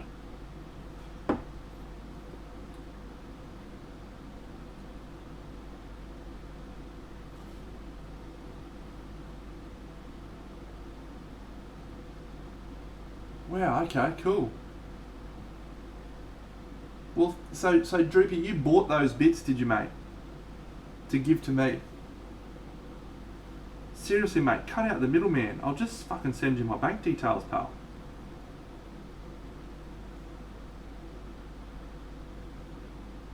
Nah, I'm just kidding, I don't need the money. I do this for the love of it, mate. Do this for the love. Now, I've actually talked about my motivations for streaming, and I'm quite willing to discuss them. It is a selfish motivation. I am using this as an opportunity to try and teach, because by trying to teach, we often help solidify things in our mind better, and can actually understand our processes and approach even more so than we would have just by doing it. So by doing and then trying to explain what I'm doing, it's providing me with some motivation and helping me better understand why I do things. And I think for subscriptions it's about 50%.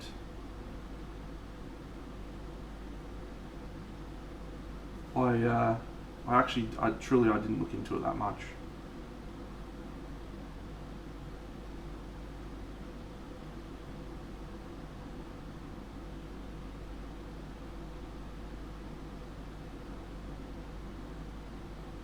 I've had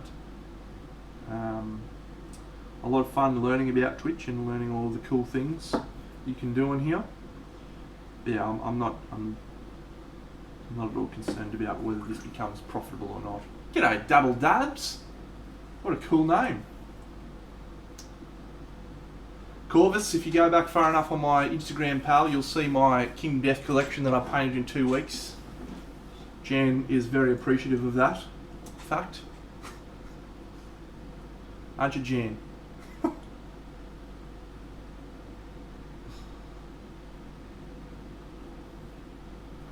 Yeah, skits. I've got no idea, man. Like, I figured out how to do all the cameras and all the rigs and stuff pretty easily. That was all straightforward.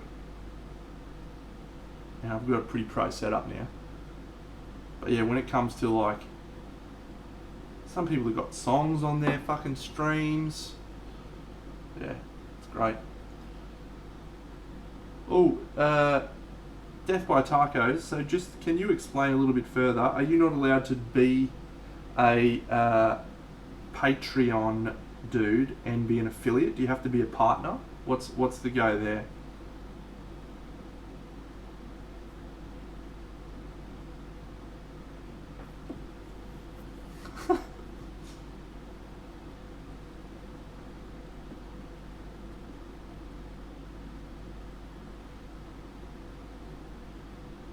I did a video on how to paint my Gold Smoke Night, so if you want to see how to paint the Gold Smoke Night, I'll link it right now. Oh, okay. Cool. I have had many people ask me to be do a Patreon, and I won't. It's just, as soon as it becomes work, I'm not keen on that. I'm not keen on that at all. Here we go. Copy link. All right. Ah. Interesting. Yeah. Cool. Well, no, I hadn't planned on it, but just good to know. Well, Twitch so far, having been in it for 3 weeks, doesn't feel like I'm doing anything differently to what I normally do. I just feel like I'm painting. And I've got some cool people having a chat with me at the same time. Patreon and my videos on my YouTube channel, and I have done videos on my YouTube channel about how to paint models and shit. And I've enjoyed doing those, again, same reasons. But it's it feels more like work, like trying to commentate a video. I record a video, I put aside some time to cut the video together, and then I have to commentate. So it takes me like triple the time to do a video than it does to actually paint the damn model. I did some resin kits and scale models as well, buddy. I'll show you what I did actually. I want to do some more this year. Oh, you know what? I've got one over here. I'll show you. I'm going to do this year. I'm gonna have to fucking zoom out for this one. It's in this box.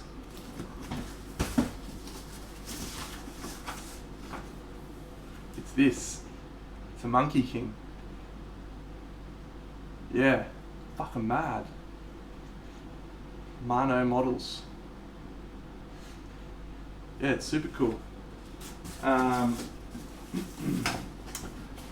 Yeah, it's going to be fucking sick, but it's going to take a while. It's going to be a lot of airbrush. So I'll show you a couple of the other. I've done some big stuff. I just like painting, right? And it's fun to try and experiment with different things. So this is a model from Industria Mechanica called Zangrahil, and it's very big scale. It's 1 to, I don't know, 8 maybe, 1 to 8 scale. And she is huge.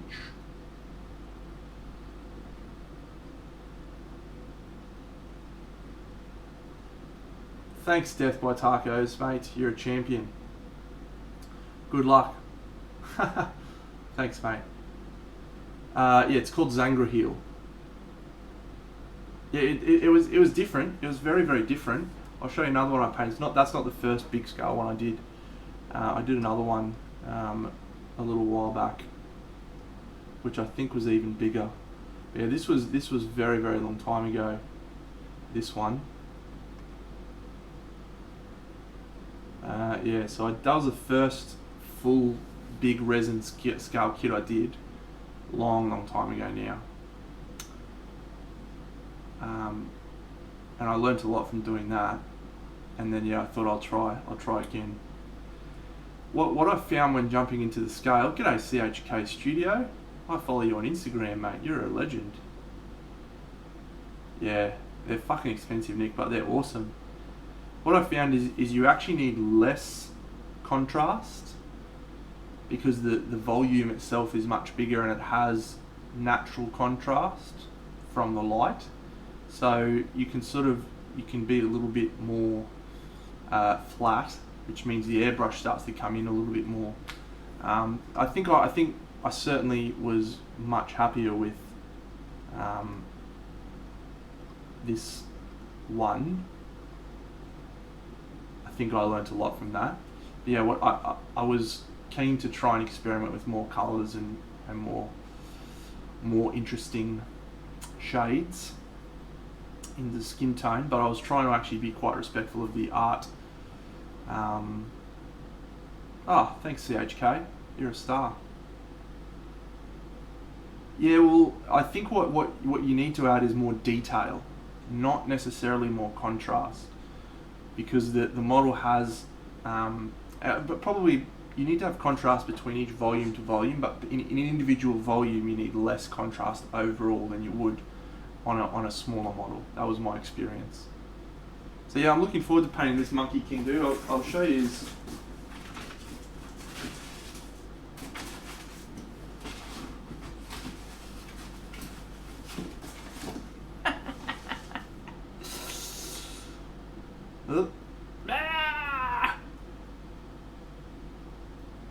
How fucking mad's that? Raw. So we'll give him a crack at some point. He's on the back burner for this year. See you, Skits. You're a champion.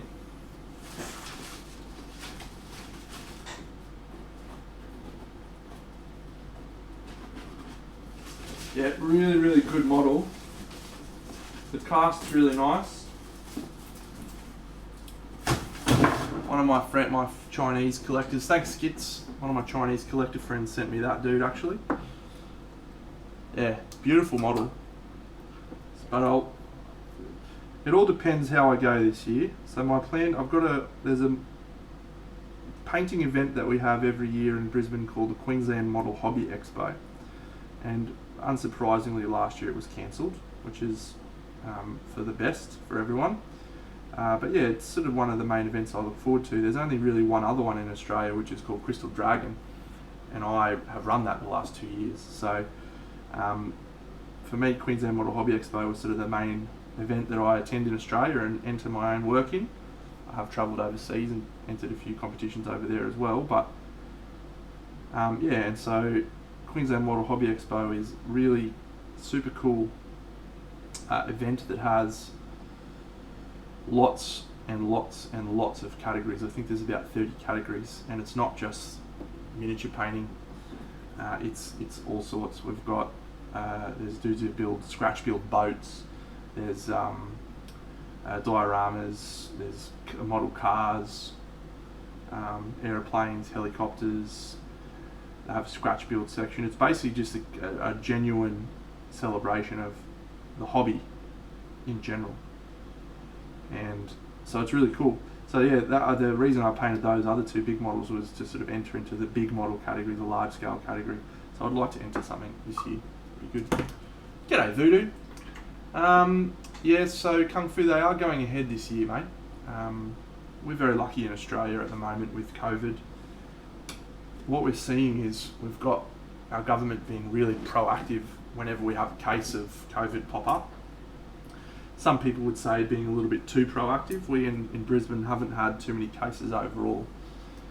of COVID, but there was one the other day that was a mutant strain from the UK that came in via a hotel worker and blah blah blah. So anyway, we went into a lockdown for 4 or 5 days. So very, very small lockdowns, and to allow them to do contact tracing and stuff. But yeah, on the whole, we are back to normal. We've got people attending sporting events, all sorts of gear, which is great. So yeah, QMHG was called off last year, but they are going ahead this year, and barring a COVID disaster, I think we'll be fine. So yeah, it's something I'm really looking forward to. So my plan is to finish off my Echoes of Camelot diorama and include the variety of models I have sitting over my cabinet that I have painted in the last few months. So I should have somewhere in the vicinity of about 30 models to enter, I think. And one of those is my diorama, which I'm not going to talk about again because I've talked about it enough tonight.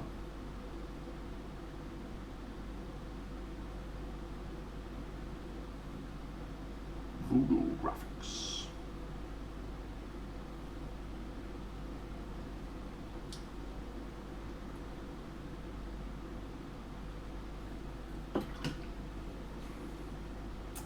Good call, mate. Yeah, it's been really great response from the government in many ways. Certain people, I'm sure, would disagree, and that's fine. But the impact to me has been minimal. I just get to spend more time painting, so that's cool. But it's nice. It's nice when we have a case like that one we had the other week, and the government's response is lock down the city for 3 or 4 days. It's 3 or 4 days of being stuck at home. Oh no, I guess I'll paint and play board games like I would have anyway, and work from home, versus the potential blowout of cases, which has obviously a lot more significant ramifications. And they did the contract tracing, everyone did the right things. It's good. It's crazy times we're living in, friends. Just got to make the best of it, be adaptable, enjoy our hobbies, enjoy our friends, family.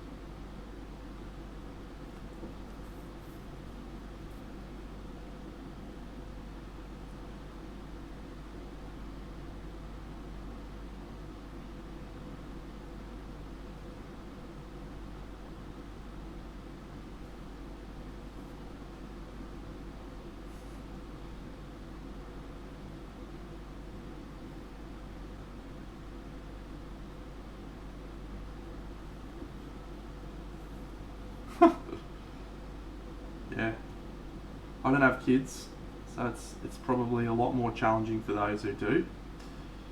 I have a lot of empathy for you, friends.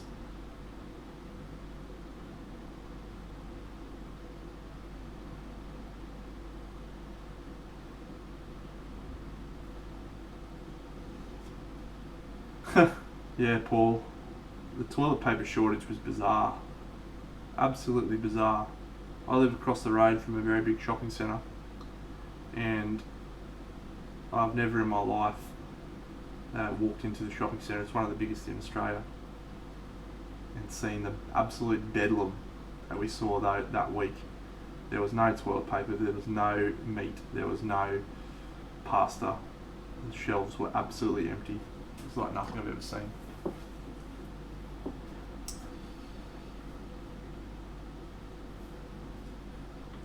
Oof. Crazy, isn't it?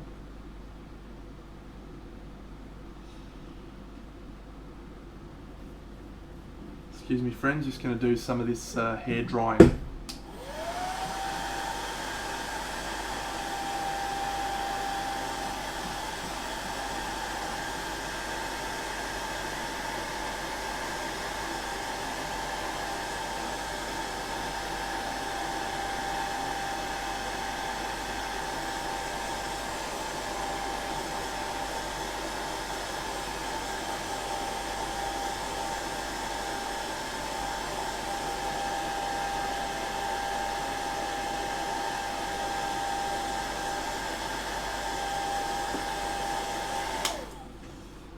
go one by one here. See if we can knock these boys over.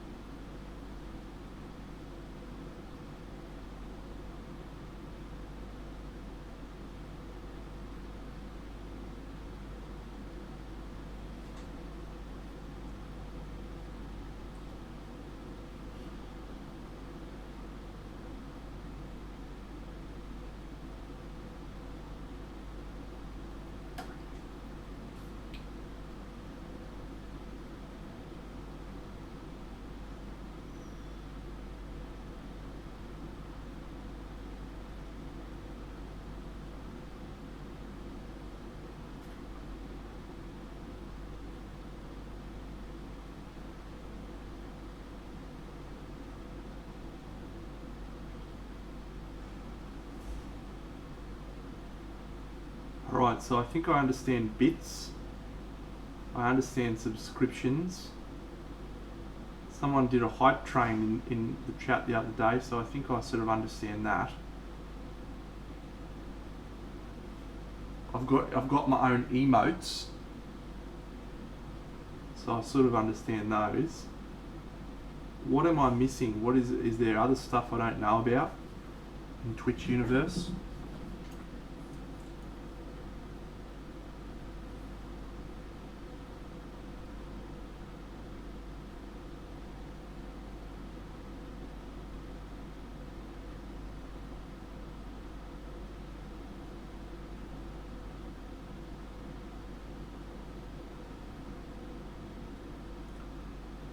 Twitchverse.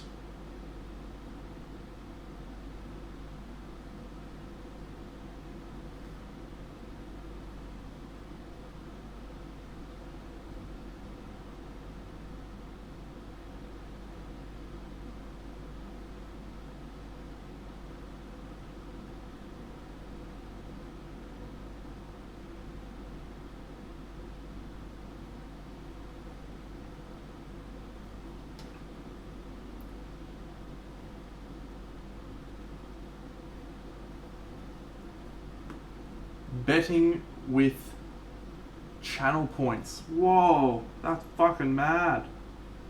I'll tell my dad about it. He'll be on that like crazy. Loves it. Loves a little punt. Does Franco? Channel points are the things you accrue down the bottom, aren't they? When you watch someone's channel for a while. Is that right?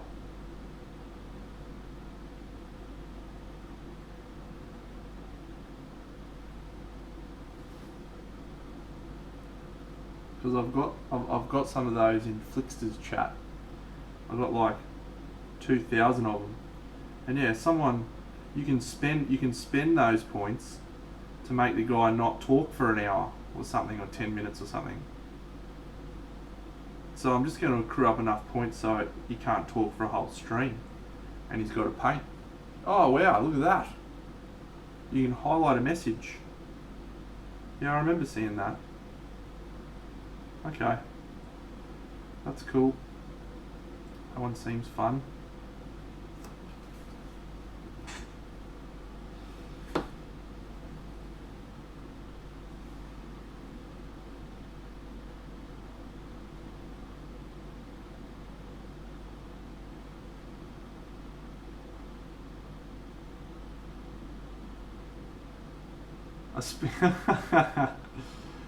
I'm on it. I'm on the case, mate. I'll get you a spider, mate. I'll get Cujo one probably. He wants it more, no doubt. The Cooge. Cujo needs a beekeeper. Whoa, what is that? Man, it's so cool. So cool how much fun stuff you can do on here.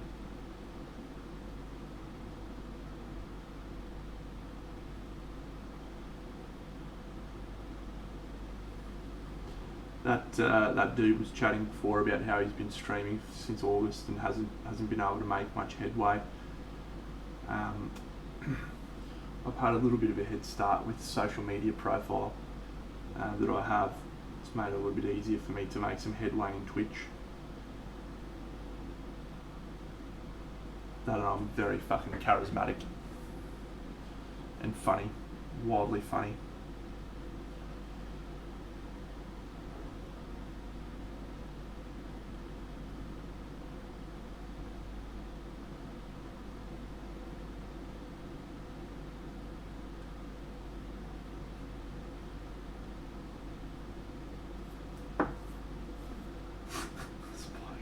A good call. I'm gonna get us a spider emote. Hang on, are you the one I already did? I think you are. Fuck you. Fuck you.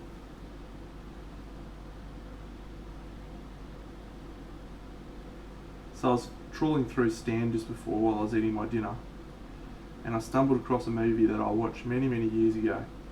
It's a John Woo film. It's called Paycheck, with Ben Affleck and Uma Thurman, back when they were in the height of their powers and very popular actor and actresses. So I decided to watch it. It's been a long time since I watched that movie. On reflection, it wasn't very good. John Woo is very funny though. He loves doing very similar things in all of his movies. Remember Broken Arrow? Christian Slater, John Travolta. I think that was a John Woo film, wasn't it? I did indeed Kung Fu. I did it one of the Green Skull Goblins. I did a little mage one. His name was Sudoxum. Posted about it on my Instagram. You may have seen me there. I have a Twitter as well. You may have seen it there. I'm just a bit of a social media guru, mate. Oh, thanks, Droopy. Have a great night, mate, or morning, or day, wherever you may be. Enjoy, friend.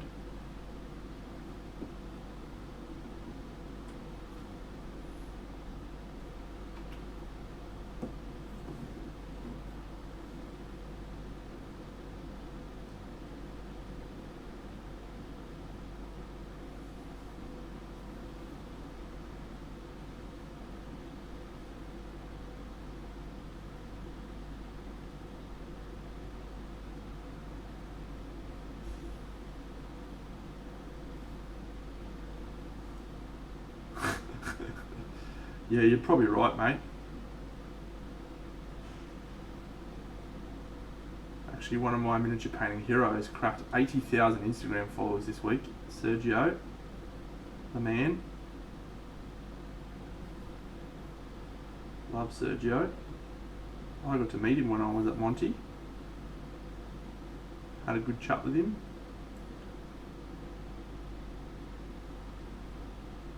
Wonderful man.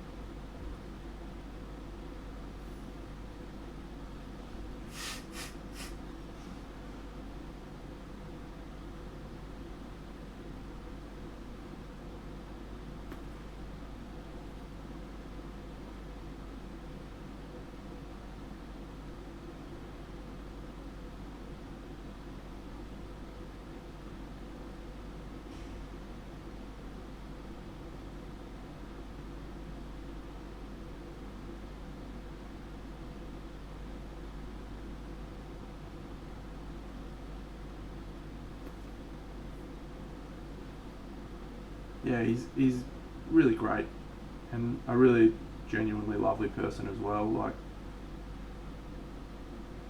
I'd probably spent about an hour chatting to him actually, Monty.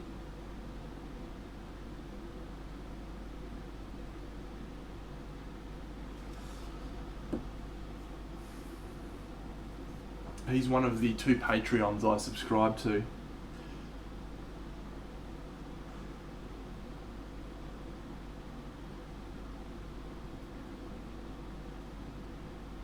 The other one is Craft World Studio.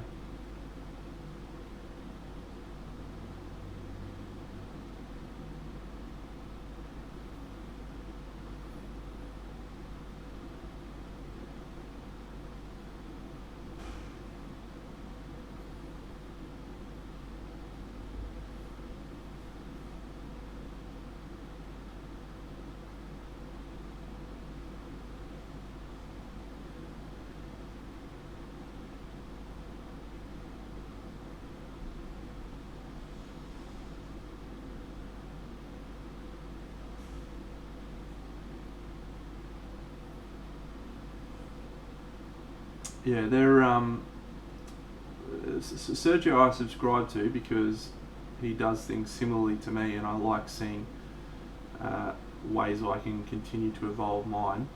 Craftworld do things about as different to me as you possibly can, and so I like to subscribe to them so that I can learn. But I'm also subscribing to them to support them because they're great humans, and I want them to be successful.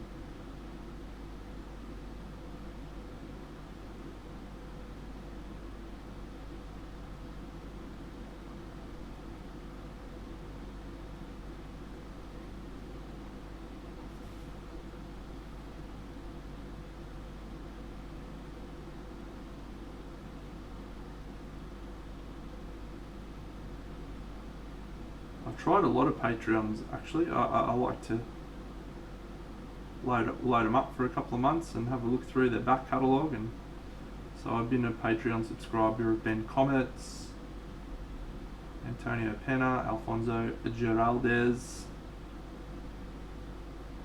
Sergio, The Joy of Basing with Matt Seshwick, and Oliver Spaeth.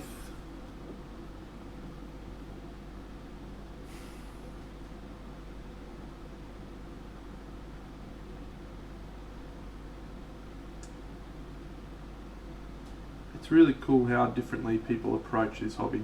I think every single one of those people that I just rattled off then has a different way of doing things. Every single one.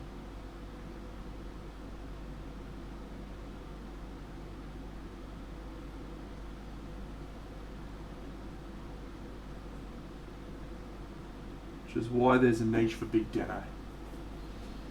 Because Big Deno does things in a very special way too. It's called Quicker Than Everyone Else in the World way.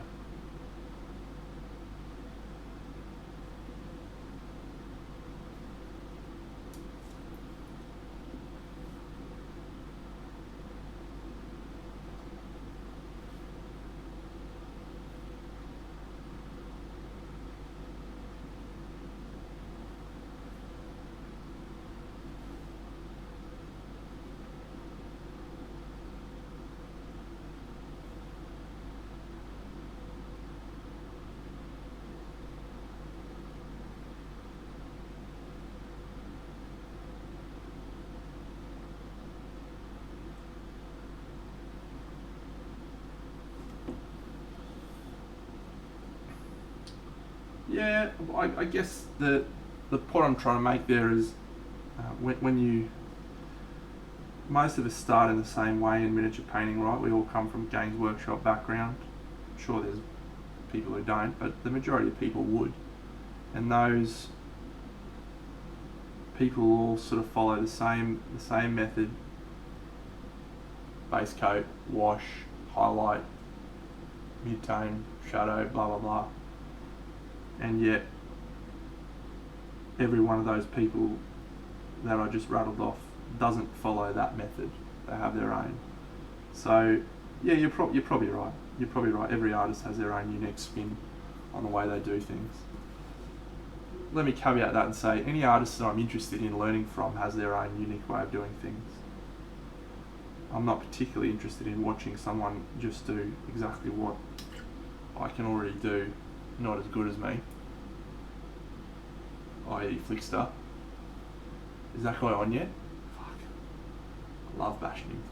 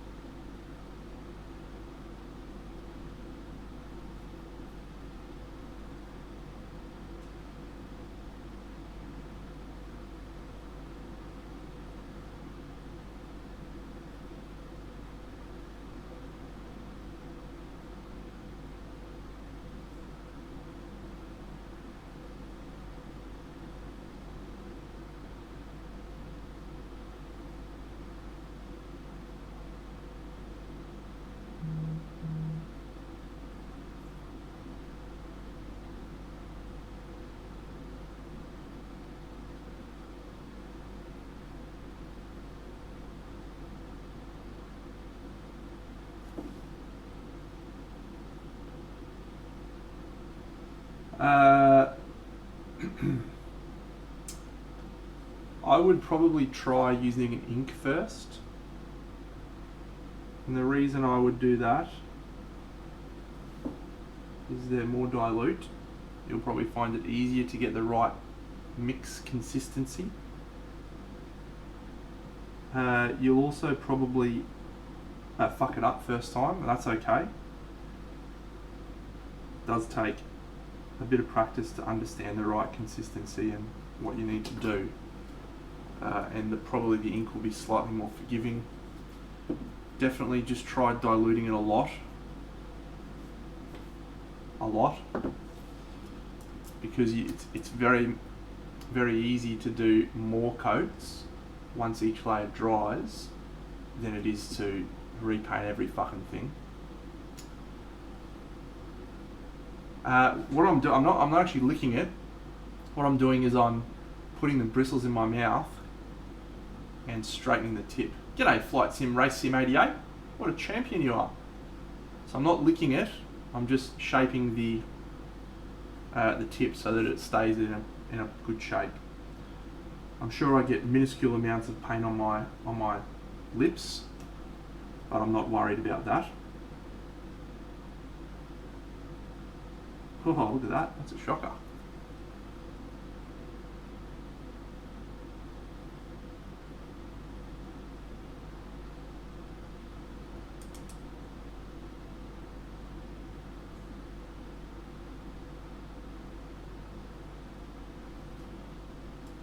Yes, I am indeed from Brisbane. Don't tell me you're a New South Wales supporter. We don't actually allow New South Wales supporters on this stream. If you're a rugby league supporter, you have to support Queensland. So, are you with me, champion? Or a non-rugby league supporter?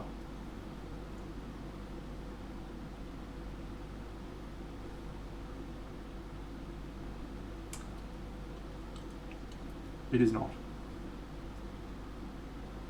I only do it after I've... Oh, cheesy. Ben, you need to fuck right off, mate. You need to fuck right off this very minute. Fuck the Blues. Yeah, good shout from Voodoo there. The PSI is indeed very important. But I think with airbrushing, it's just a matter of it'll take you time. You gotta build up your skill set. You'll fuck it up first, and that's fine. You learn. You keep trying. You'll get there.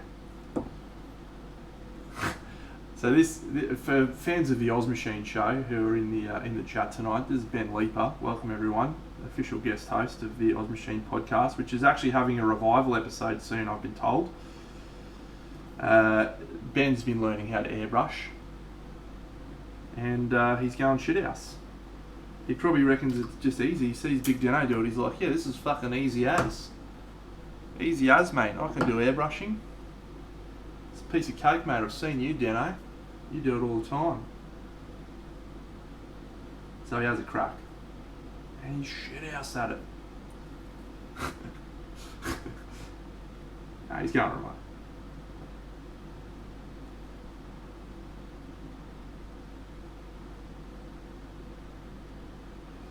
Alright friends, I reckon these boyos are just about done, which means we need to get on to the big fatty boomba.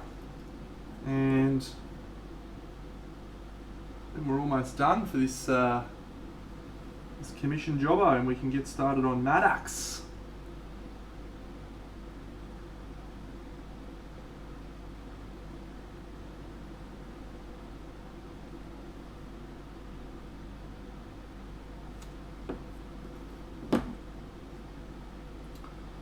I'll bring Maddox up on screen and we can talk about the colour scheme actually, because I'm tossing up on the moment some colour scheme questions. So let's go to the fans in the crowd. Let's go to the fans. Alright, so I'm zooming out. Looking good, little beastman dudes actually. Keep that good work up, friends. Okay, so here's Maddox. This is the coolest dude. He's a Chaos Warrior, obviously. He looks like a Chaos Warrior to me. Blatantly Chaos Warrior, which is excellent. Oh my god, Flight Sim. You could not have a worse combination than a Manly and a New South Wales supporter. That's like the worst. All right, this is the base for Maddox. He goes in here like this. Mad Hammer. Fair. So here's the questions. So obviously this realm gate that he's walked through, we need to have a colour for this flamey stuff. So I need to decide the colour. We're going to do some OSL. We're going to do some lighting from behind on Maddox. So firstly, what colour for the lighting? So my default is usually red. I can do a pretty Mad Dog red light. I don't know if I want to do that though. I've done green before, as I'm doing on these guys. It comes okay. Yeah, he does. I'll put him on the base. He looks like he fits through fine. He's actually like pretty much perfect width for it.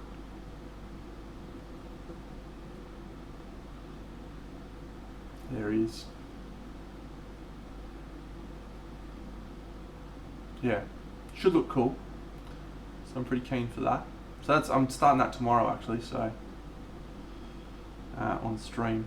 But yeah, orange and purple, you reckon? Interesting. Why orange and purple dabble dabs? Doesn't fit in a very Chaos Warrior. Because it does feel very Warhammery to me, right? I've got the Warhammer Realm Gate, which has got like Sigmar symbols and stuff.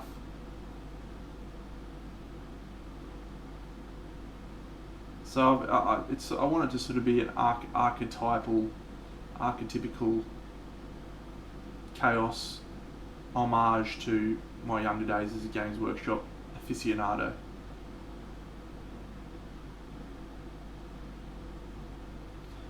So I'm gonna do sort of pretty normal skin tones and some normal non-metallic metal. Maroon spelt with 2 O's, mate. If you lived in Queensland, you would know that.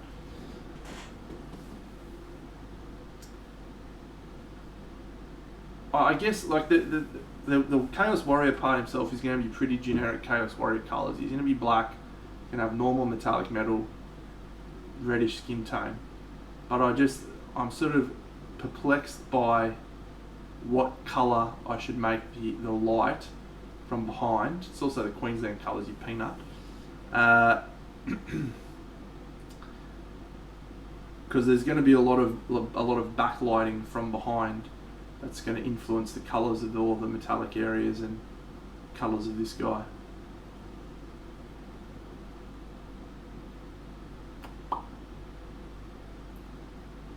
Anyway, something for everyone to think about. I'll just put him up there. He can oversee the work that's happening. Ooh. Fuck you guys. Ooh. Ooh. Red, I can definitely do red. I can do red. The problem is I've done a lot of red. I don't want to be that guy who can only do red.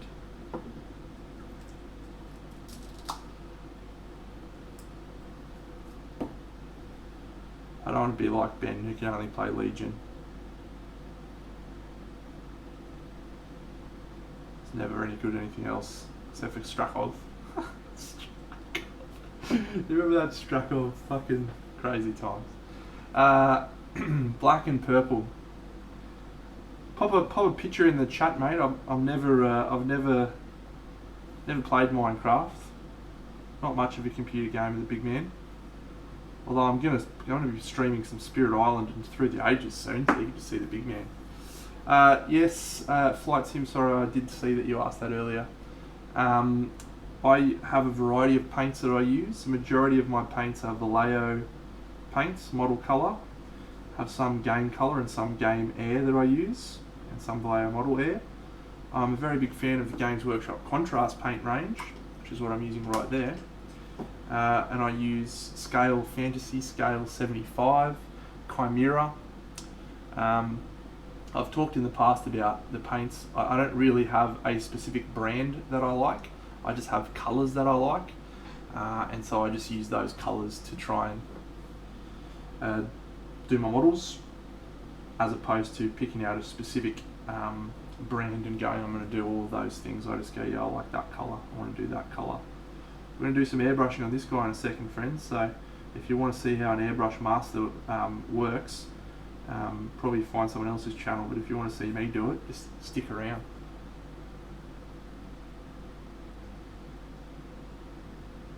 How's that charisma I was talking about there, guys?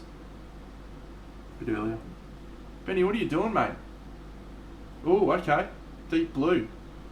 I like that double dabs. That could be interesting. I might have a trawl through my my piece of artwork folder on my phone. See if we can find something that might be suitable.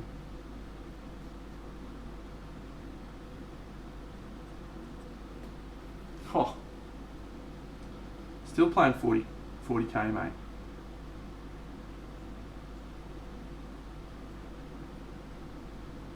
Crazy.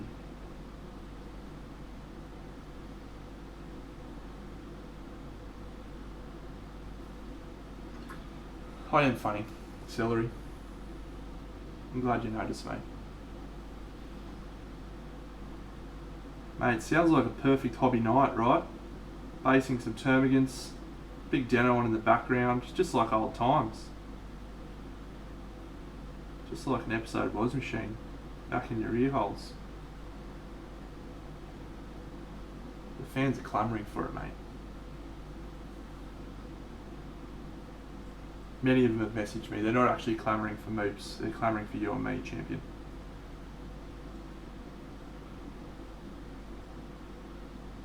No one wants to hear about how Moops is a business analyst these days.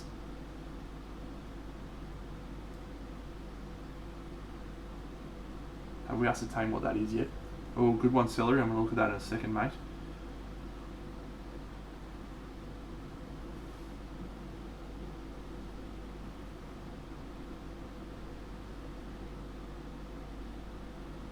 Oh, this dude's guts are fucking all over the place there. That's mad. What a cool guy. Alright, let's have a look at this concept art. Oh, shit. That is fucking baller. I'm saving that. Saving that straight to the pool room. Good shout. I like that a lot. Celery.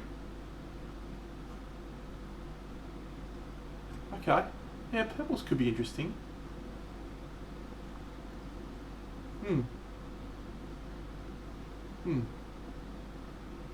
Not bad. Alright. Let's do some airbrushing, friends. I'm just going to put this lady away. Oh. So I don't get airbrush on her. I'll just put this guy away.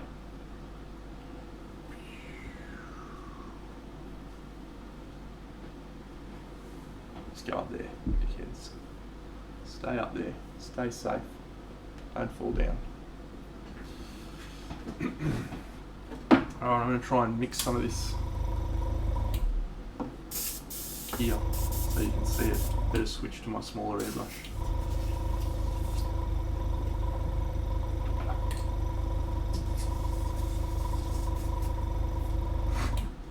Hey, thanks buddy. Thanks for that shout out. It's good advice.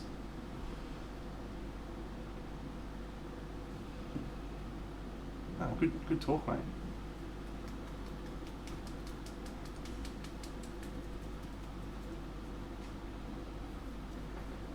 I reckon red would definitely fit with the Chaos Warrior theme. But I do like that colours that Celery just posted in the chat, because that sort of reminds me of Zinchian colours, which could be quite cool.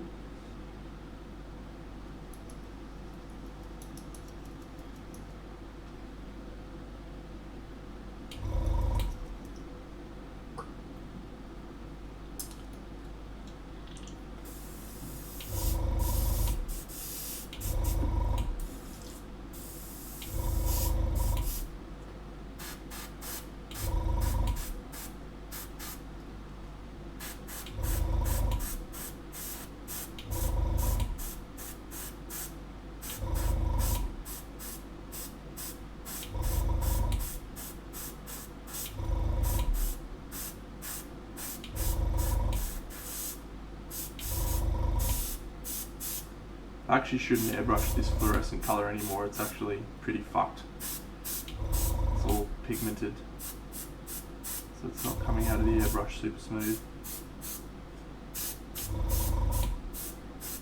But it's getting the job done, friends.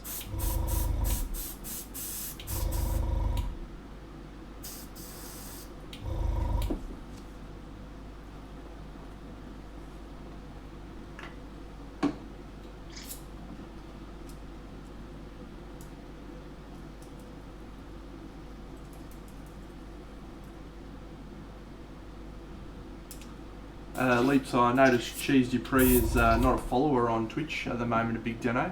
Something we should rectify, don't you think, pal?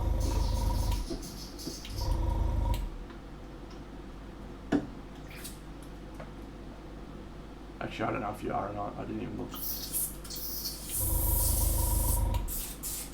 I just know that you're not a big fan of following others, mate. You're like, yeah, exactly.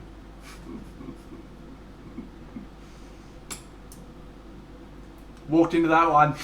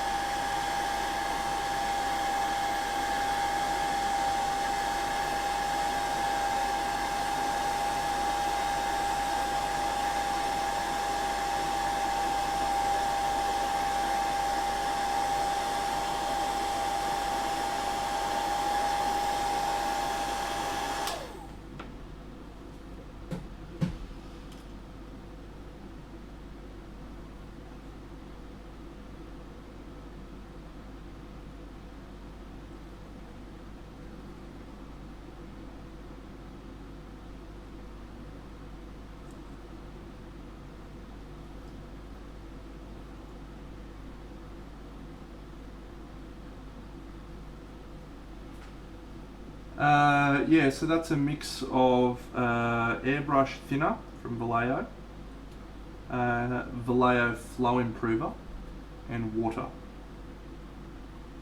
It's a mix of about 45% thinner, 45% water, 10% flow improver.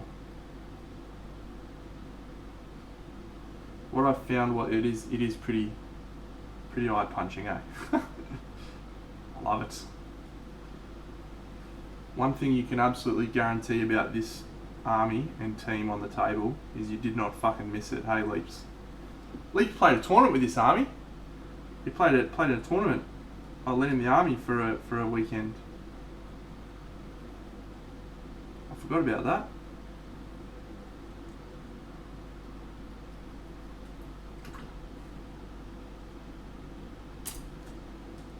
Yeah, it's crazy. Crazy greens. Crazy magentas. Gets up in your face and doesn't quit.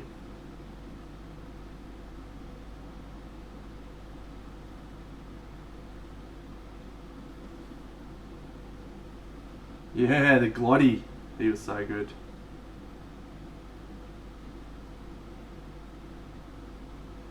Yeah, this is actually for the dude who ended up buying that Army Leaps. This Nurgle team. He wanted a matching Blood Bowl team. So I said, I'm only too happy to oblige, friend.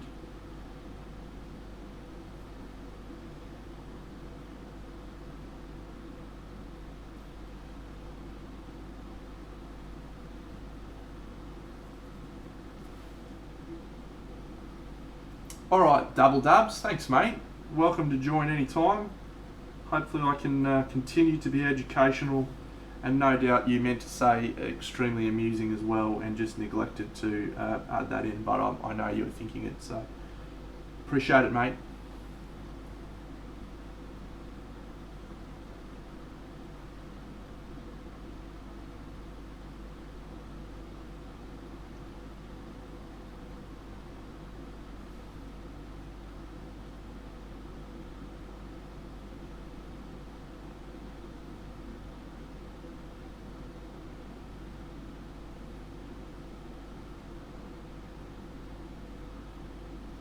Can we all just get excited for the fact that my Echoes of Camelot's coming next week? I've been waiting so long for that.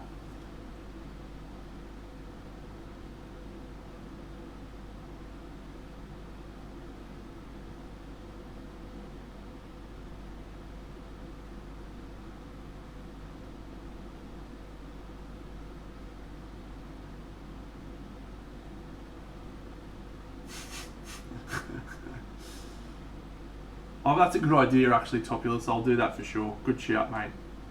If we're really lucky, they'll arrive by Wednesday night stream, which will be awesome.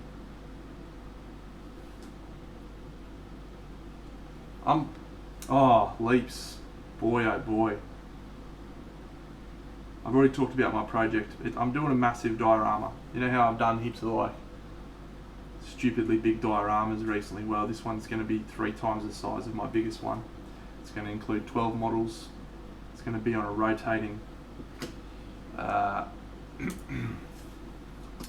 for it on a rotate. I'll send you a link, Leaps, because you need to fucking see the models.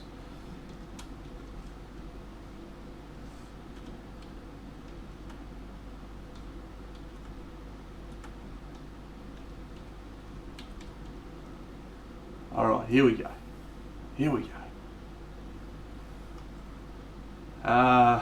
Yeah, so this is a Kickstarter.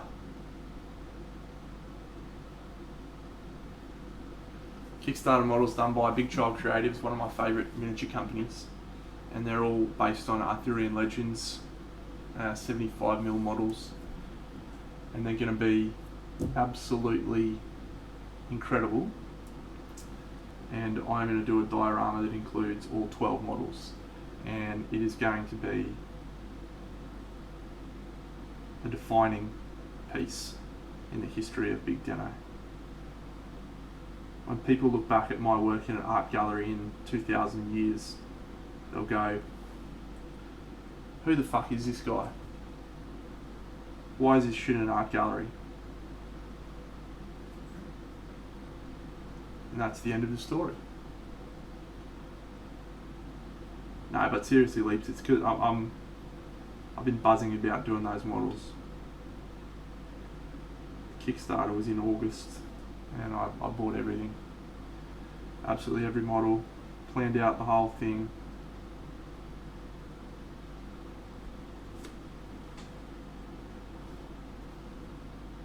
Oh yeah, mate. I got the whole thing tied. I got the whole thing planned. My favourite thing about the diorama plan, actually, the reason I'm so excited about it is because it's all being built on a rotating round table. I've got a Lazy Susan, electric Lazy Susan that spins around. So the Knights of the Round Table are going to be on a round table. Now I've planned it all, mate. If you go back and watch this stream, I talked through pretty much everything. Other people that were on the stream can confirm that. talk through everything, got plans. That's what happens when you have to wait for models to arrive, mate. You have to think about what you're going to do with them. Normally I just buy stuff and I'm like, woohoo, let's paint, motherfuckers. But yeah, no, I'm actually planning this. Alright, that'll do. It's a fucking good quality drawing. Almost as good as the drawing I did for my elements.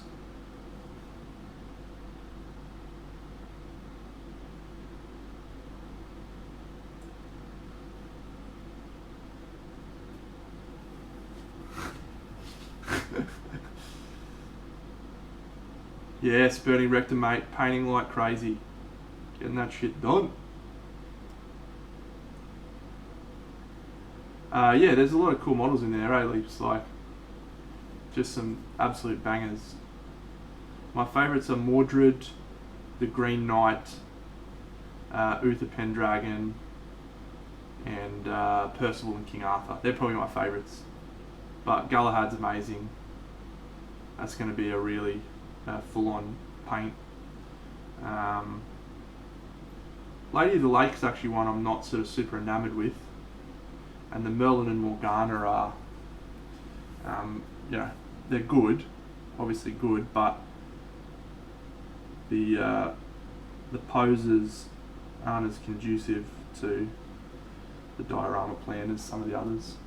Spurting Rectum, the man.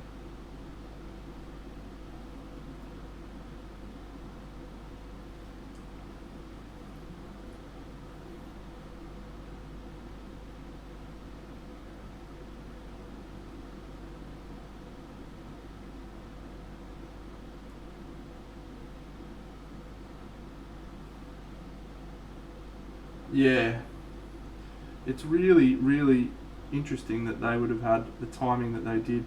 Carols came out around the same time. Nothing malicious, I'm sure, just happenstance. That's a good question, Voodoo, and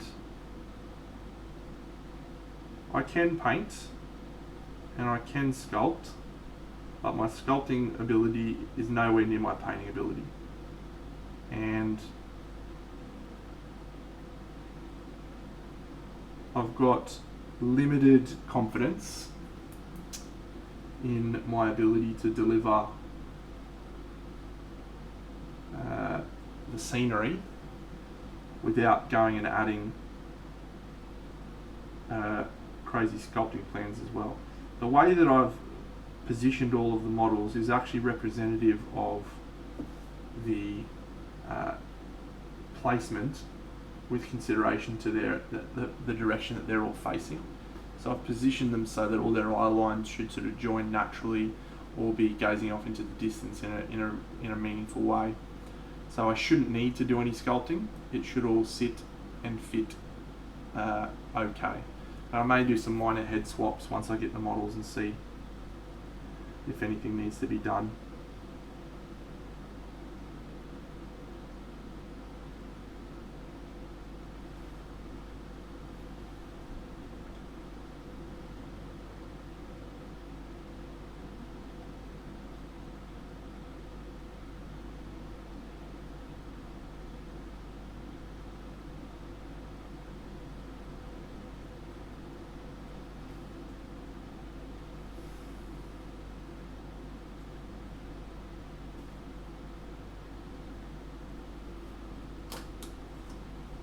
It'll happen at some point. I'll sculpt something.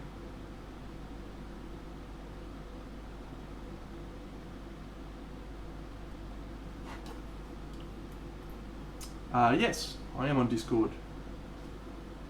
I think my name on Discord is BigDeno69. I've lumped myself with that 69 pretty much every username since I was 11.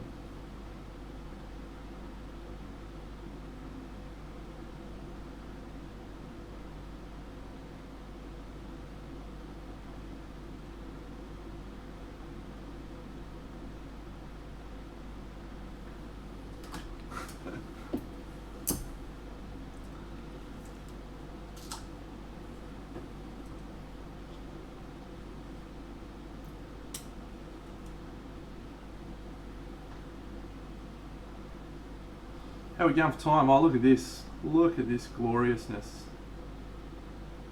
We are going to be finished this entire team in about 9 hours. Pretty good going. I'm happy with that. I'm actually just going to do a little touch of airbrushing on this guy with some inks and stuff to add a little bit more interest.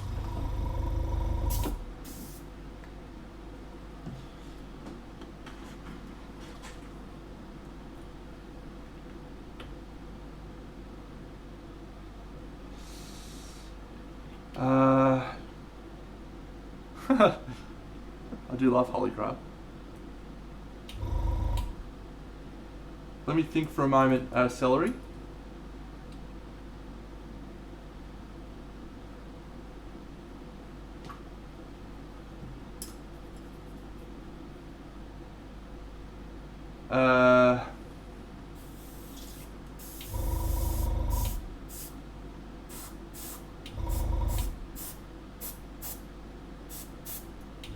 So I'm pretty good at remembering busts.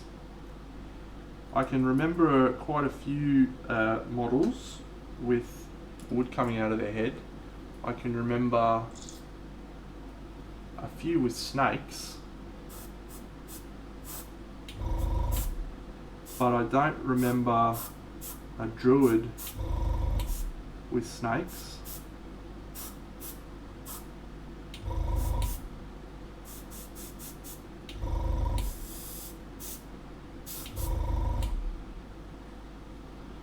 Stand by.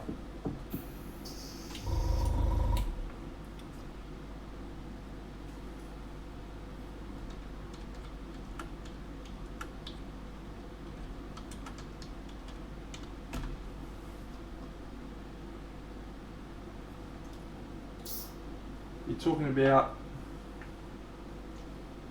from the Kickstarter.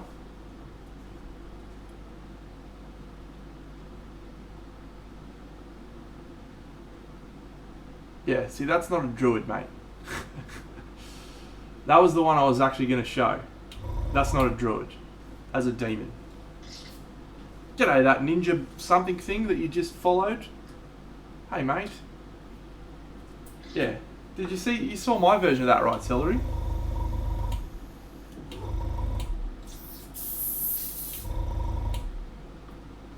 That Ninja Zerker. Yeah, I painted. No, that wasn't mine. That's Sergio's.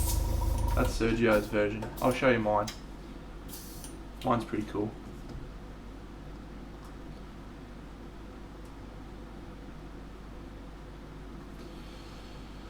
Oh.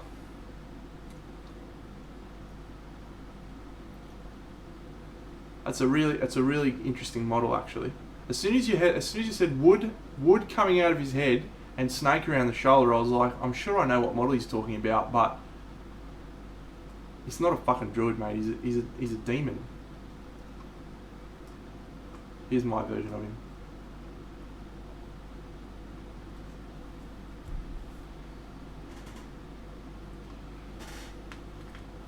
Zamun86, welcome to the stream.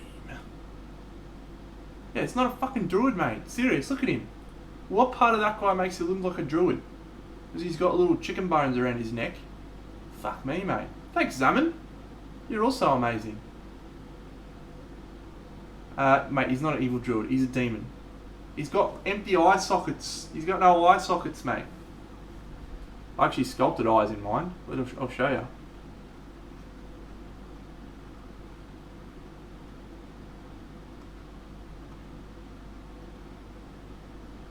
I did this, I was about 3/4 of the way through the paint job, and I realised I hated the eye sockets. So I sculpted eyes in it. So I can sculpt, I'm not as confident with it. Let's zoom in on them and see. There you go. Yeah, it's not a fucking druid, mate. Come on. That's ridiculousness. Absolute ridiculousness. I did indeed see the Gaia model from Carl Rudick. I've got a love affair with Carl. I absolutely love the models that he does. Invariably, they make their way into my collection. But that one hasn't done it for me. The Mother Earth one. I literally just added Kane and Baba Yaga to the collection. If it turns out that my Camelot models aren't on that delivery, then I'm probably going to do Baba Yaga. Actually, we might do a vote. I think we're going to do a vote on what the next model I paint is on the stream.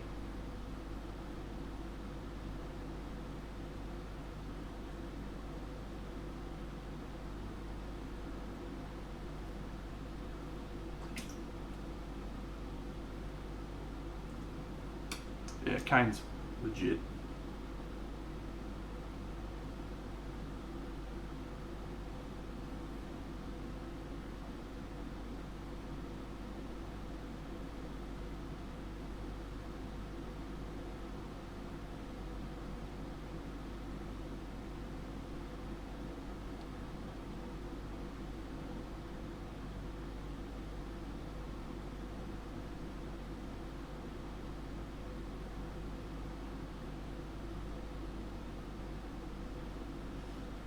Yeah, his version of Lost Soul is, I mean, he's just probably one of my biggest inspirations.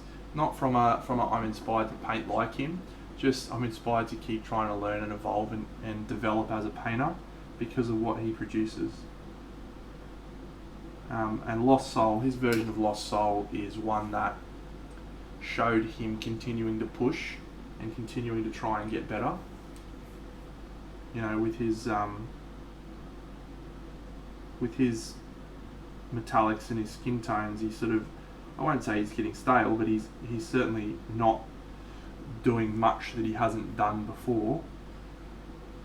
But then he comes out and does Lost Soul, and he's got, you know, warm skin tones with sweat reflections and just wild shit, man. Alright, I'm done. We're done. Nurgle Blood Bowl team, call it a day. The boys are back in town.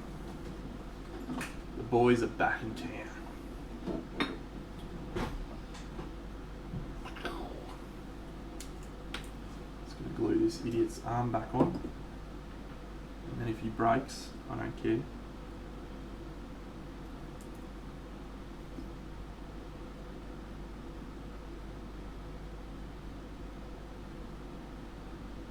Get in there, little guy. Oh, GT, haven't seen you in a while, champ. Did you get in trouble from Nicole for watching too many YouTubes with Deno, did you, mate?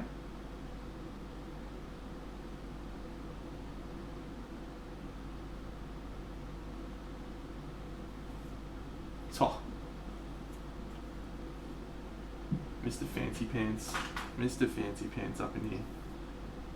Just buying some houses, man. Nah, I'm not pinning it, mate. It's commission.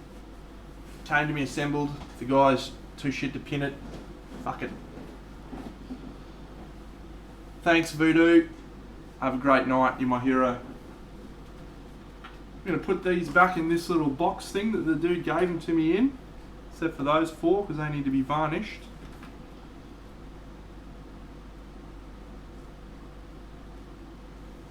This is exciting viewing, isn't it? Watching me pack some dude's models into a container. Nah, if it was my teammate, it probably would have been pinned when I assembled it, but when you're getting paid by the hour, mate, you just do shit as quick as you can.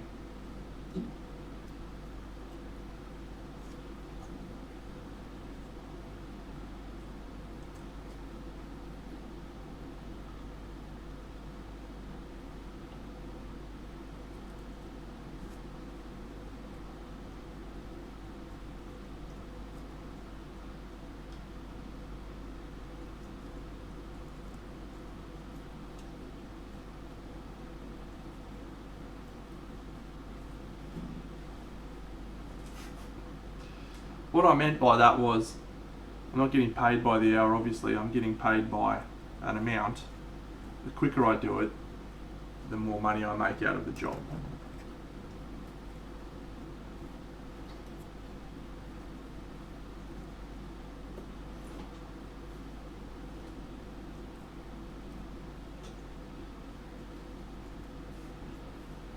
Look at the quality packing from Big Dinner here.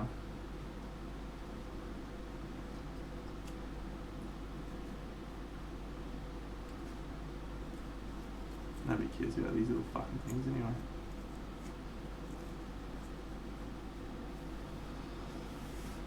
Oh, dropping these off tomorrow. Nice. Alright friends, so tomorrow morning, in just under 12 hours from now, g'day Ash Catalan, we're going to start this bad boy. Just a dude in Brisbane, mate. Some dude. Yeah.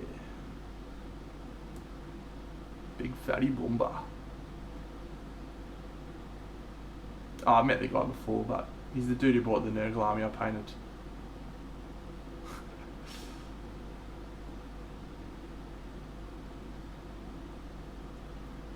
Pretty cool model. I do like it a lot. So the intent is tomorrow we're going to start the base. So this guy is not going to be painted tomorrow. Not unless I make fucking great progress. Why are the pillars bothering you, mate? What's wrong with them? They look mad. Because they're broken. Because this bit's broken. Yeah, they're falling apart, mate.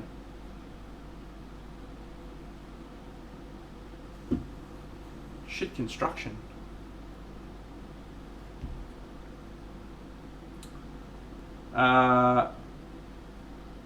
Undercoat?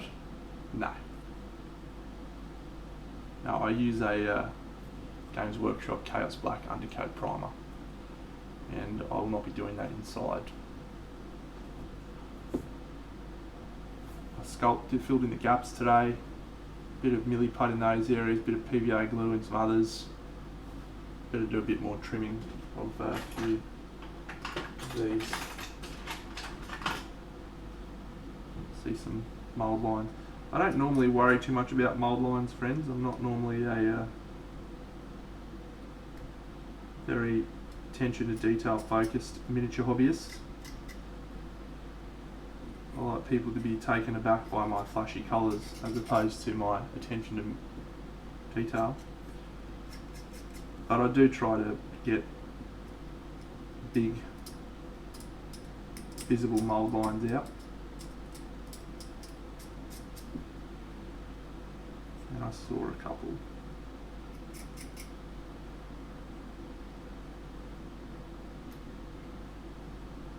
Thanks, Celery. I'll see you tomorrow or whenever, mate. Have a great night or day. It's very hard talking to people across the other side of the world sometimes.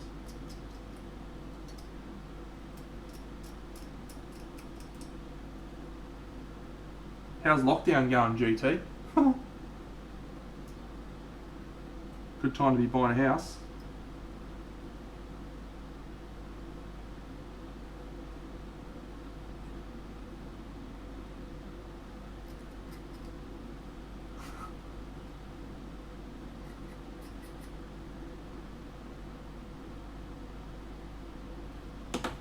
Alright. Little PVA glue needed.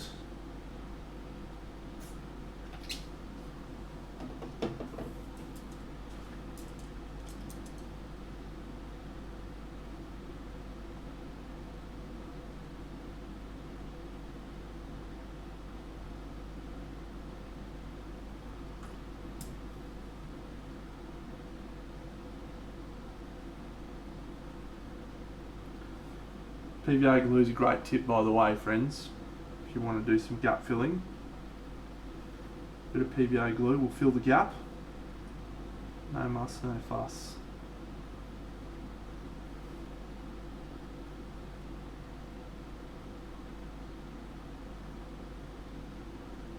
apply it with a brush as I'm doing like so.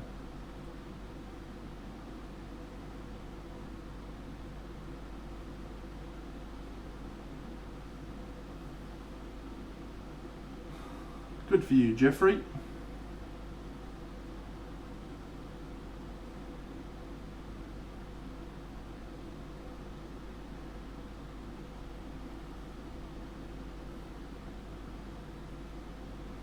Of course, unless you tell me it's in Brisbane, I don't care.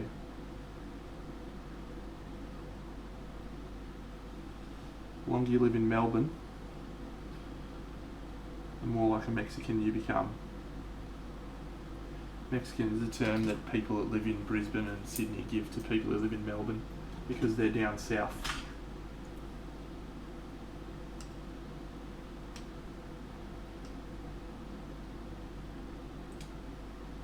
As is Mexico. I've been to Tijuana in Mexico. Had a great day there.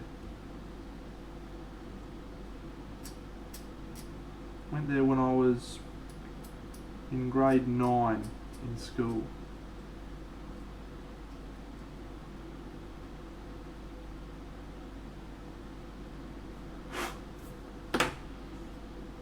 Alright, we are ready for a prime tomorrow. Get excited, friends. Alright. I'm going to play some Spirit Island, I think. Does anyone want to watch me play Spirit Island? Probably not. I don't even know if I could figure out how to do that anyway.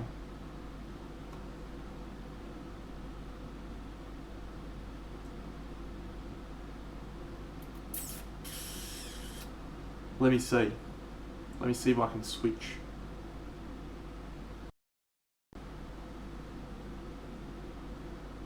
See, it says Big Deno plays. How good's that? Is that still working okay? Yes, except it's looking at this on my screen. But if I load up Spirit Island, let's see. Is this working? I'm going to check on my phone. Stand by.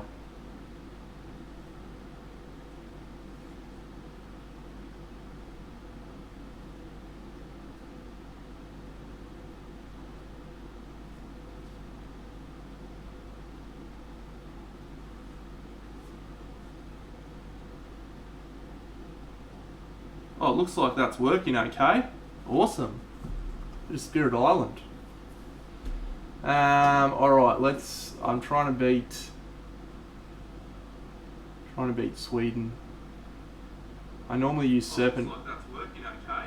Whoops. Awesome. Better turn my phone down. Right,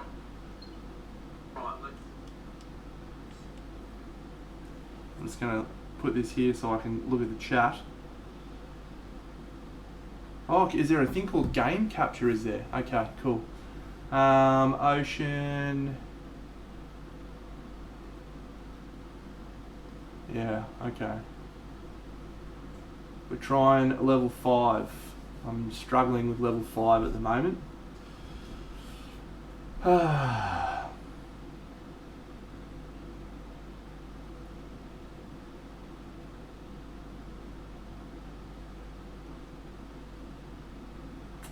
So if you have never seen Spirit Island before, this is a game.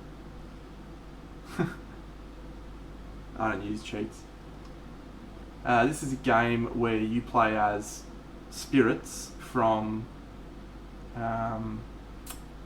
like a native culture from an imaginary island, and what's happened is invaders from abroad have come to the island, and the invaders are trying to ravage the island and destroy it. So as you progress throughout the game, you'll add blight, which is these little markers here.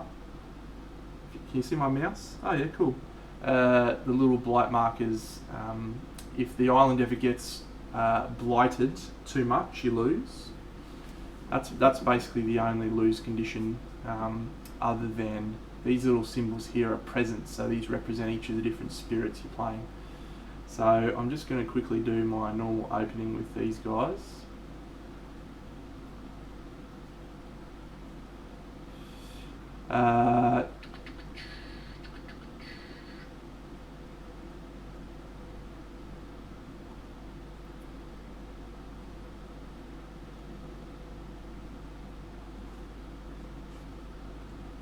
So at the start of each round, you get to choose a growth option. So the spirits have been dying in power for a long time, and they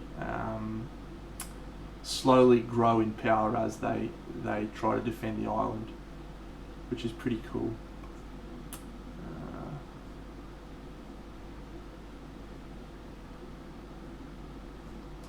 Yeah, so let's do this one.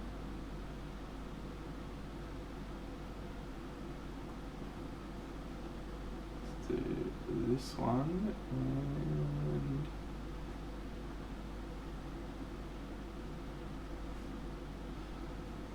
you play powers. The invaders have powers that they use.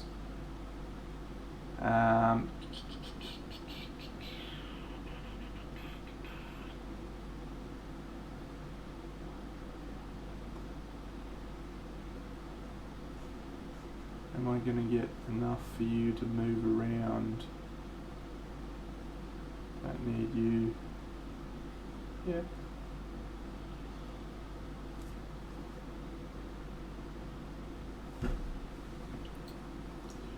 So you get to do two sorts of powers. You get to do fast powers and you get to do slow powers. The fast powers happen before any of the invaders go. And then... ooh, fuck, that's a hard choice.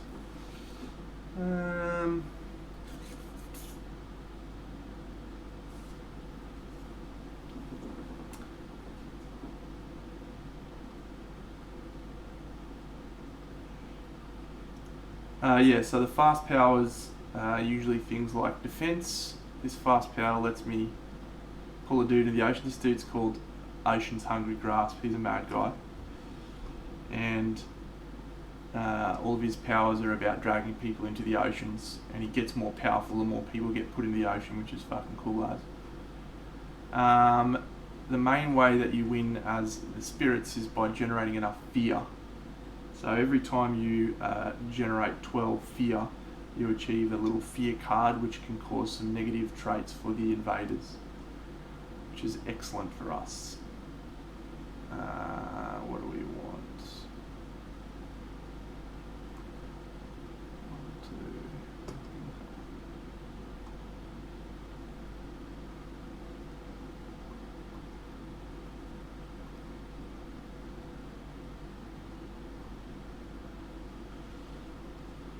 So then the invaders go through their turn, and in this instance they are going to build only in the wetlands, and now they are exploring in the jungles. The whole game is this: you're constantly fighting to try and slow them down, and it's quite good actually, but we haven't had a good start here. I've got too many bad guys on the board. Alright, so you have this power and this power. So your power is useless. You can push.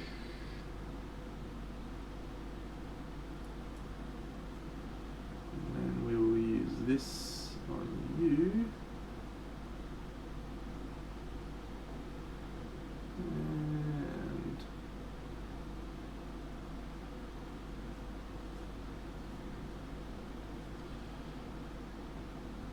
So that was the whole turn. So basically we're at that first turn's a bit of an abbreviated turn, but in a normal turn you have a ravage, which is where the invaders attack the land, and you have a build, which is where the invaders build, and then they explore into a new country. So this turn I now have to try and prevent ravages in 1, 2, 3, 4, 5 lands. I do not think we are going to have a lot of luck here.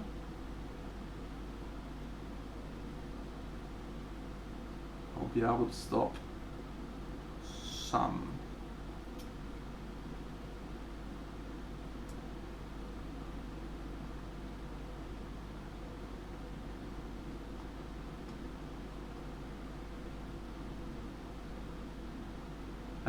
Alright, so that one.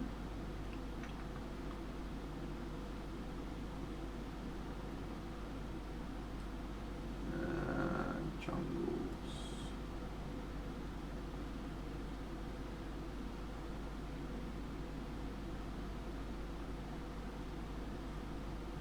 No.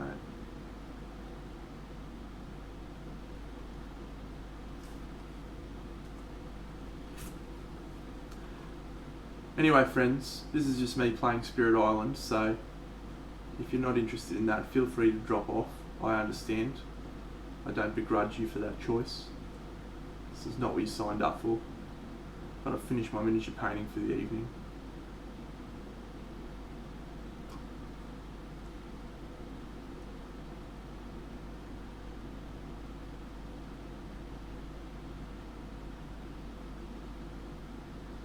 Ooh, tsunami. No. Yep. Alright, that's a good card to get.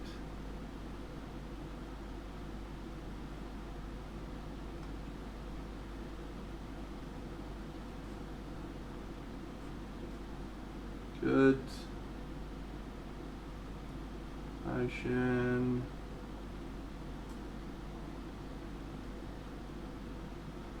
Can't help much here, buddy.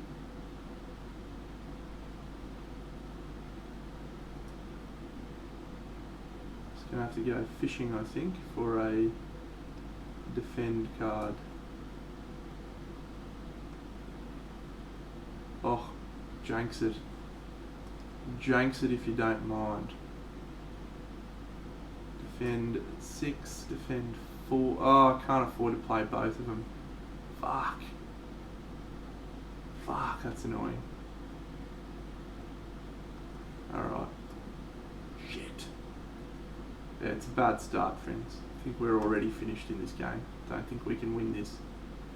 You need to have a great start against any of these guys, pretty much.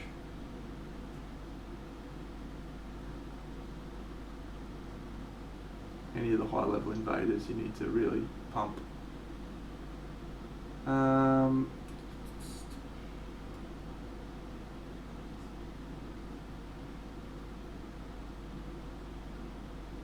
just realised I don't even think that's enough. Sweden hits for higher. Harder. Ouch.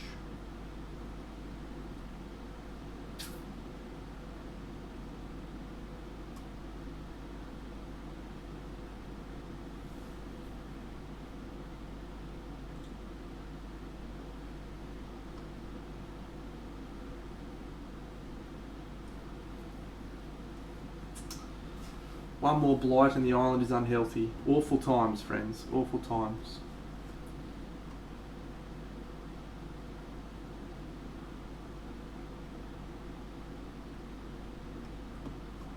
Sweden's so fucked, by the way.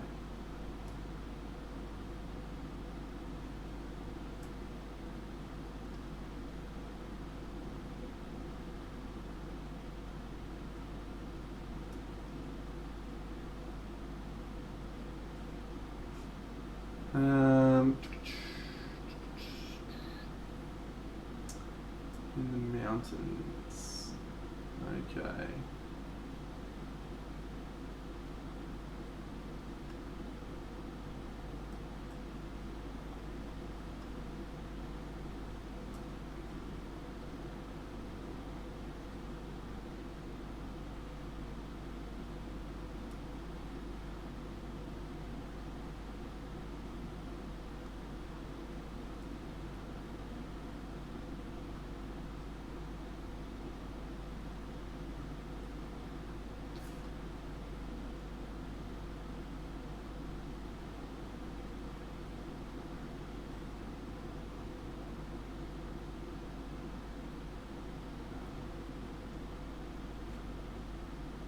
Oh, it's so good. So good. Better version of that card. I just can't afford to play it. Yes. And yes. Yeah.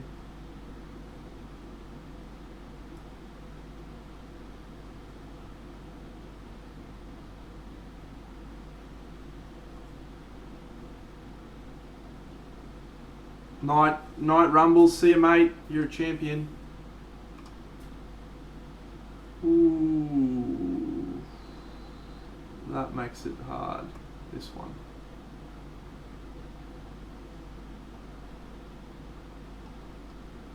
There and there. And there. Just gotta stop this one. Don't think you're gonna do it, mate.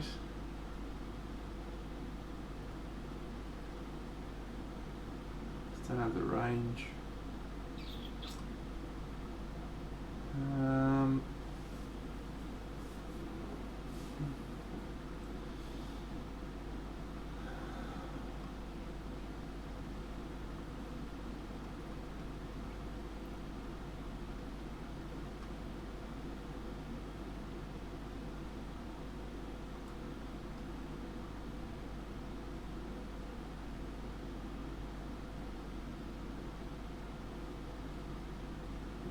Has to be there. There, that's not enough.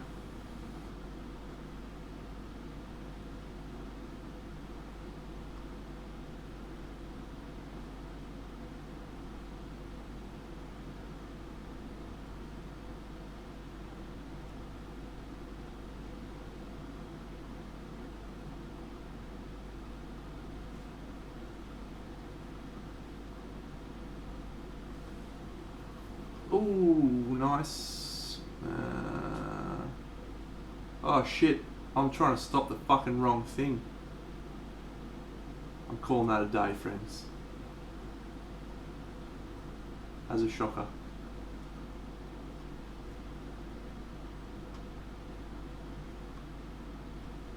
Ooh, we're back. Painting screen. Boom. Alright, friends. It's been good fun tonight.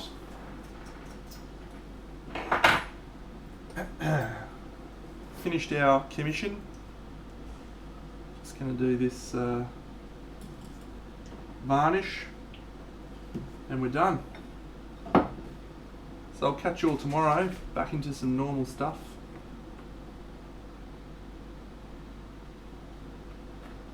See you, Paul. Have a great night, mate. Sweden absolutely wipe the floor with me, mate. Fucking Sweden. They're the hardest of the nations, I reckon. Oh, Flickster, you here, mate?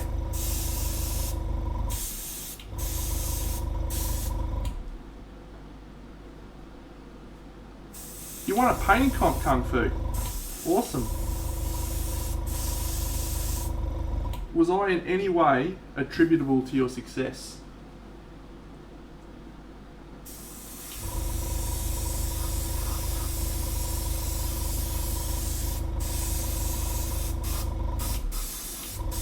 I'll tell you what, I'm going to claim it anyway. As a partial win for me. Really pleased with that outcome. Flickster, I was going to ask you, mate. I need your help. We want to set up some cool things for people to spend channel points on.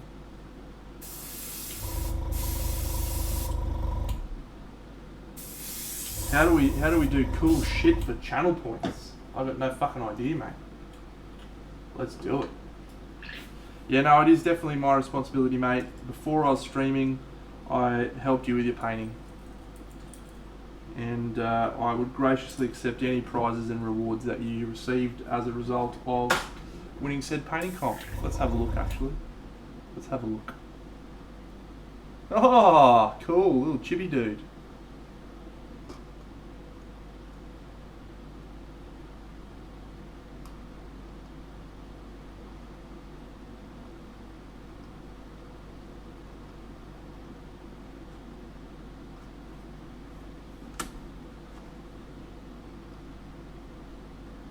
He's awesome. Is he from Arcadia Quest? Super Dungeon Explorer. Mad. I like painting chibis. They're really fun.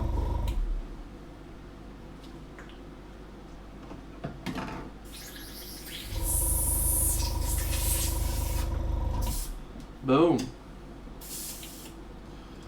Boom and boom. Hey, Flickster. Woo! Look at this guy. Woo! Woo!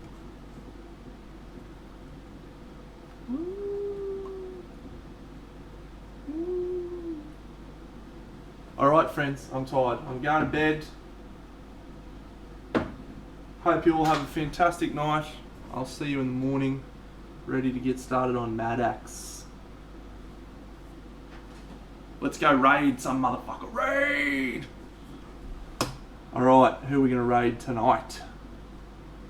Who are we going to raid tonight? Who are we going to raid? Let's raid some motherfuckers. Who's good? Oh, we got a Mohawks Miniatures. Thanks, Poe. What's Mohawks Miniatures doing? Let's have a look here. Blood Angels. That's a hard pass from me. It's a hard pass. Oh, this chick's painting something crazy. That's cool, but no, we're not keen on that. Roll to Explode. What are you painting? Oh, here we go. Some lizard men. This will do. Roll to Explode.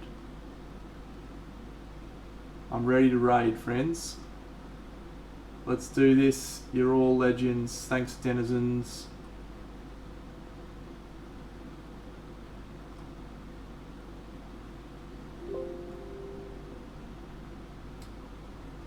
Raid! Yep. Raid! See you, legends.